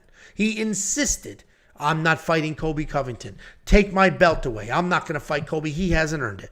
And here we are. He's fighting Colby Covington. It's not even in England. He's coming to America to fight Colby Covington at home. Leon Edwards, 21-3 overall, 4-0-1 in his last 5. He's coming off his first title defense. He's taking on Colby Covington, 17-3 overall, 3-2 in his last 5. Both of those losses were to Kamaru Usman. We know these guys by now, right? Leon Edwards, a very, very solid striker. Overall, well-rounded guy, but a very good striker. He's got great body kicks, nice boxing, nice wrestling as well. He averages about 1 takedown per fight, a little more than that. And he was able to take down Nate Diaz 4 times. He took down Kamaru Usman once in that first title fight, bodied him. Pretty good everywhere. He's got great cardio, solid fight IQ, and he's coming off his 2nd win in a row over Kamaru Usman. I think he lost that fight, but they gave it to him. I am definitely the minority in that situation. Nobody agrees with me. I'm not going to die on that hill. People don't agree with me. That's totally fine. Take it on Colby Covington. This guy is basically, we broke down Bryce Mitchell. He's basically Bryce Mitchell in his determination to wrestle, but he has very high-level wrestling credentials, and he's got good striking. He will come forward. He will strike nonstop, shoot takedowns, strike, shoot takedowns, strike, shoot takedowns. The numbers he's put up striking are incredible. He landed 179 strikes on Robbie Lawler, had 10 takedowns in that fight. When he fought Rafael Dos Anjos, he had 100 significant strikes, 3 takedowns, and that's what won him the interim title. You're going to hear former interim champion of the world. Nonstop pace. Incredible pressure from Colby Covington. Normally, I would lean Colby. You're going to give me a nonstop Why do you call him wrestler? Kobe? I don't. The L is gone. Just like Chipotle. I don't say Chipotle. I have an issue with L's. Okay, and it's probably a speech impediment, and it's not nice to make fun of people for things they can't help. You think you'd be used to him? Anyway, Colby is normally the type of guy I would love to pick or bet on here, right? A non-stop wrestler fighting a striker from another country. That's like, boom, give me the American wrestler 10 out of 10 times. Not this time, though. I am going to go Leon Edwards here. I think Leon is just getting better at a much faster pace than Colby. I don't know if Colby's actually getting better. I think he's just so good at forward pressure and wrestling and staying busy that he's just doing well with that. And he hasn't fought in a year and a half. He was attacked, and I'm not making fun of him here. He was attacked by Jorge Masvidal in a restaurant, but then he sued him and said he has brain injury. I have brain damage from that. Well, how the hell are you in a fight for a title right now? You have brain damage. I just think this is Leon Edwards' time. I think Kobe's time was when he had those 2 spectacular fights against Kamaru Usman. That has passed. I think Leon's going to win this fight. I think he can defend at least a couple of those takedowns. He's going to be the much, much better striker. He got taken down in his last fight a couple times, still won that decision. I think it's more the same. Obviously, Kobe's younger, faster, not beat up like Kamaru Usman, but I don't think any of that matters. I'm going to pick Leon here, but 0 bets whatsoever in this fight. This is a great fight. I'm looking forward to just watching it and not being pissed if something doesn't go my way. What do you think, Jakey boy? Listen, I I don't think there was a bigger Leon fan in the world than me. Would you agree, Angelo? I mean, I was one of the You one put of the only $2,000 people, on him. I was one of the only people that picked Leon against Usman in the first fight, right? Got that Hail Mary head kick. We went crazy. I was all in Angelo's face. Suck these nuts. He was sitting on the couch, embarrassed because you were the whole fight, you were like, oh, nice pick. And then boom, that was a great moment. That was a great night because you did suck the nuts. So then going into the rematch, so he was my lock of the week, right? Leon's one of the only people, one of the rare people to be lock of the week twice and be 2-0. I think he's the only person that's been 2-0 as lock of the week. I then doubled down when everyone said, oh my God, Leon was getting smoked. You said it too. Leon was getting smoked for 4.5 rounds. The rematch, Usman's going to come in and fucking dominate him. And I said, no, he was tired from the altitude. He showed he can defend the takedowns. And on the feet, Usman cannot hang with this guy. So I doubled down. I put thousands of dollars on Leon, lock of the week in that rematch. He came out on top. That fight was a lot closer than it should have been. I mean, that fight was a lot closer than it should have been. And the reason why it was a lot closer than it should have been, because Leon just kind of hangs out, man. When you pressure him and you get him against the fence, he just kind of hangs out. Great takedown defense. I'm not going to argue. He's got really good takedown defense. Can you take him down? Yeah, you can take him down. But typically, you take him down, he gets to his knees, he gets back to his feet. No problem with that, right? I'm not going to argue that he's going to defend some takedowns versus Colby. But he hangs out on the fence, and he lets you hang on your legs, or on his legs. You can hang on his legs. And Usman is a type of wrestler where Usman will hang out in the striking, where he's comfortable with the striking. He's a good striker. He's got power. He can knock people out. He'll hang out with the striking, mix in a takedown. He is a single-shot wrestler. He takes his shot. He either gets it or he doesn't. He will kind of hang on your feet or hang on your legs a little bit, but he's not going to hang out there, right? He doesn't want to gas himself. He's comfortable enough to get back to space, maybe exchange striking a little bit, maybe then take another shot, or just kind of work in the striking. Colby's not that dude. Colby, when he is facing strikers, he will shoot, he will get on your legs, and he will fucking stay there. And if you are a person that is going to hang out on the fence, on your back against the fence, and let people hang on you and until they make up their mind that they want to get back to space, guess what? Against Colby, you fucking lost. You lost. You're losing the fight because Colby is going to chain wrestle. Usman is a single shot wrestler. We'll get back to space. Colby is going to stay on your hips. Double, single, double, single. He is going to stay there, and he is nonstop. Not only is he nonstop normally, guess what Colby's been doing for the last few weeks, last couple months, whatever it is. He's been at altitude training. So now we have Colby, already crazy cardio, nonstop wrestling. Now all of a sudden he's going to be even better shape. Nonstop wrestling. He is going to win this fight in one of the most boring fights we have ever seen in a UFC title fight. And I'm being serious about this. He knows this is his opportunity. He knows this is his shot, and this is a very good shot he has because Leon is so lackadaisical. There is zero sense of urgency to get back to space, and even when Leon gets back to space in close rounds, there is zero sense of urgency for him to win rounds. You never see Leon pushing forward. Oh, I got to win this round. He just kind of hangs out. And you can't hang out against Colby because you're going to lose rounds. You're going to lose minutes.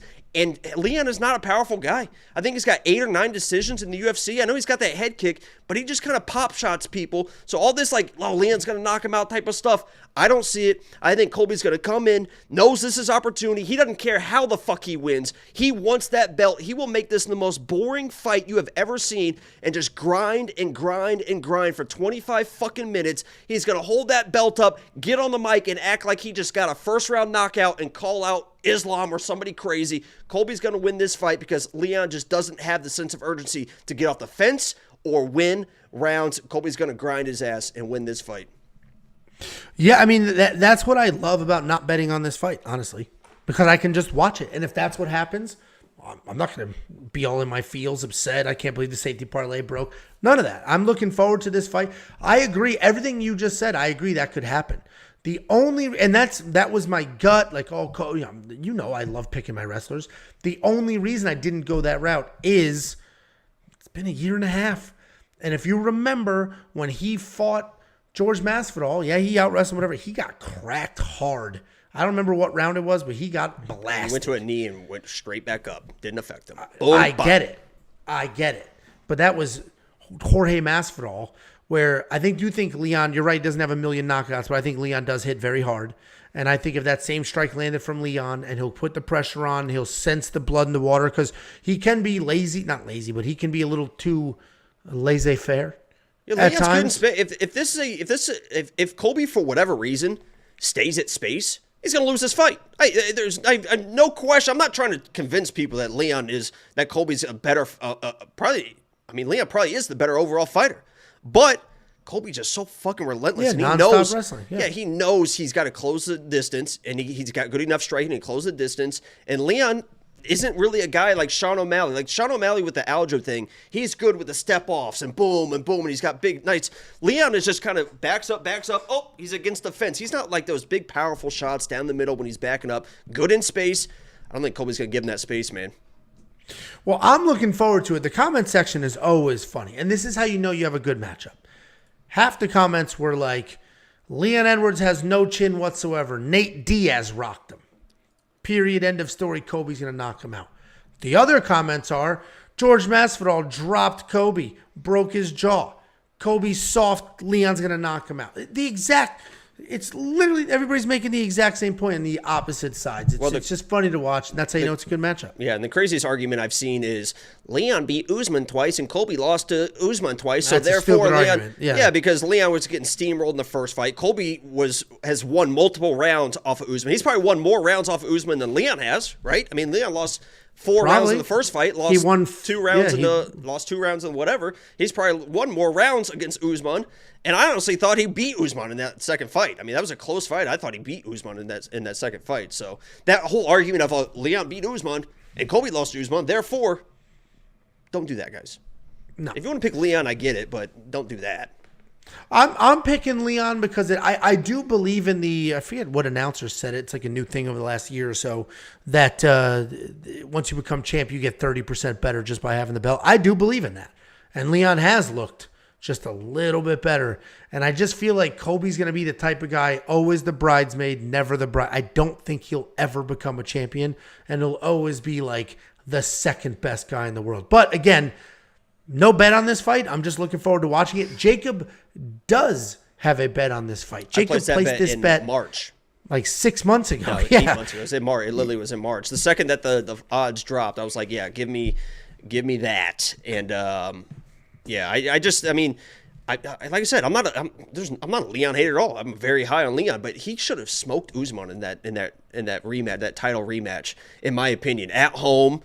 The home fans, and I mean, the sense of urgency he had in front of the home fans in a close fight, that shouldn't have been a close fight. He defended a lot of the takedowns, and it still was a close fight because he's just hanging out, man. There's no sense of urgency with this guy. Even when in that first fight, his corner's like, we got to go, Leon. What are we doing? And he's able to find it, and it was a big moment. But even in the second fight, it's like, Leon, come on. I was watching that fight being like, Leon, I mean, these rounds are closer than they should be. You got to do something, buddy. Well, they just gave Andre Muniz a decision with just a bunch of wet blanket takedowns, and that exact same thing could happen here. Either way, this is a great fight. DraftKings-wise, if you're going to play one of them, you probably got to go Kobe. $8,000 has 5 rounds to get all those takedowns in. Leon Edwards at $8,200. It's going to be defending takedowns and landing some strikes. That's what it's going to be. If you think he can finish Kobe, then certainly. But if you think it's really going to be like his last fight, when he beat Usman, it could look like that. I got to see what he scored in that, but $8,000 on Kobe, especially if you're as confident as Jacob is, I mean, that's the discount of the century. And if you want to check out all the DraftKings plays, the optimizers, the tools, the picks, the bets, and everything else, WeWantPicks.com. Click Become a Member at the top. Before you go, don't forget about the giveaway. We're giving away $1,000. It is 100% free to enter. All you need to do is subscribe to the We Want Picks YouTube channel. Subscribe to the Picks Nation YouTube channel. That's our second channel. And then comment on the giveaway video. The links to do that are below. If we hit our goals right here, 20,000 on We Want Picks, 10,000 on Picks Nation. If we hit those goals before 2023, we're going to give away $500 to any random person. If you happen to be a premium member, $1,000. We're only a couple. We should hit 20,000 this week. We should. It's a pay-per-view week. We're close, yeah. Yeah, it's a guys. Come pay-per-view on, man. week. We're not far away. We Pump should. it up. Yeah. Pump up the numbers. Like the stream. Subscribe. Become a premium member. Pump it up to the Bama. What a gato. Do you think anybody in Brazil talks like that? Like, do you think they have their version of a male Valley girl? The way I speak Portuguese, you would think that I was tudo bem. Oh, yeah, Obrigado. Anyway, ship of war. we should hit the 20,000 number any day now on We Want Picks. It's Picks Nation that's going to need a little bit of a push. Again, it's free. It takes you fewer than 2 minutes to click, comment, and you're good to go. Click. And don't forget, become a premium member. You're going to unlock tools like the detailed data, metrics, and analytics, the line movement tracker. You're going to get the DraftKings Optimizer that builds 150 lineups for you. You're also going to get far more than just me and Handsome Jake here. You're going to get the MMA Minute. This guy has 30,000 followers on TikTok. You're going to get Running Mouth MMA. There's 3 of them giving you picks, bets, insight. You're going to get Artem breaking down far more than just UFC. That 3-week break, I will have my UFC picks and bets and everything else up. So will Artem. But Artem will have the other events during that time span as well. And then we have the Pick Doctor, who is a neurophysicist who developed an AI, and the AI is picking fights based solely off of historical data. All of that and so much more available to you right now. WeWantPicks.com. Click Become a Member at the top. Any last words for the great people that watched us instead of Monday Night Football? We appreciate you guys, man. It's been a journey, and we appreciate all the viewers. And Lock of the Week should be pretty fun this week. Let's hope so. Thanks for the watch.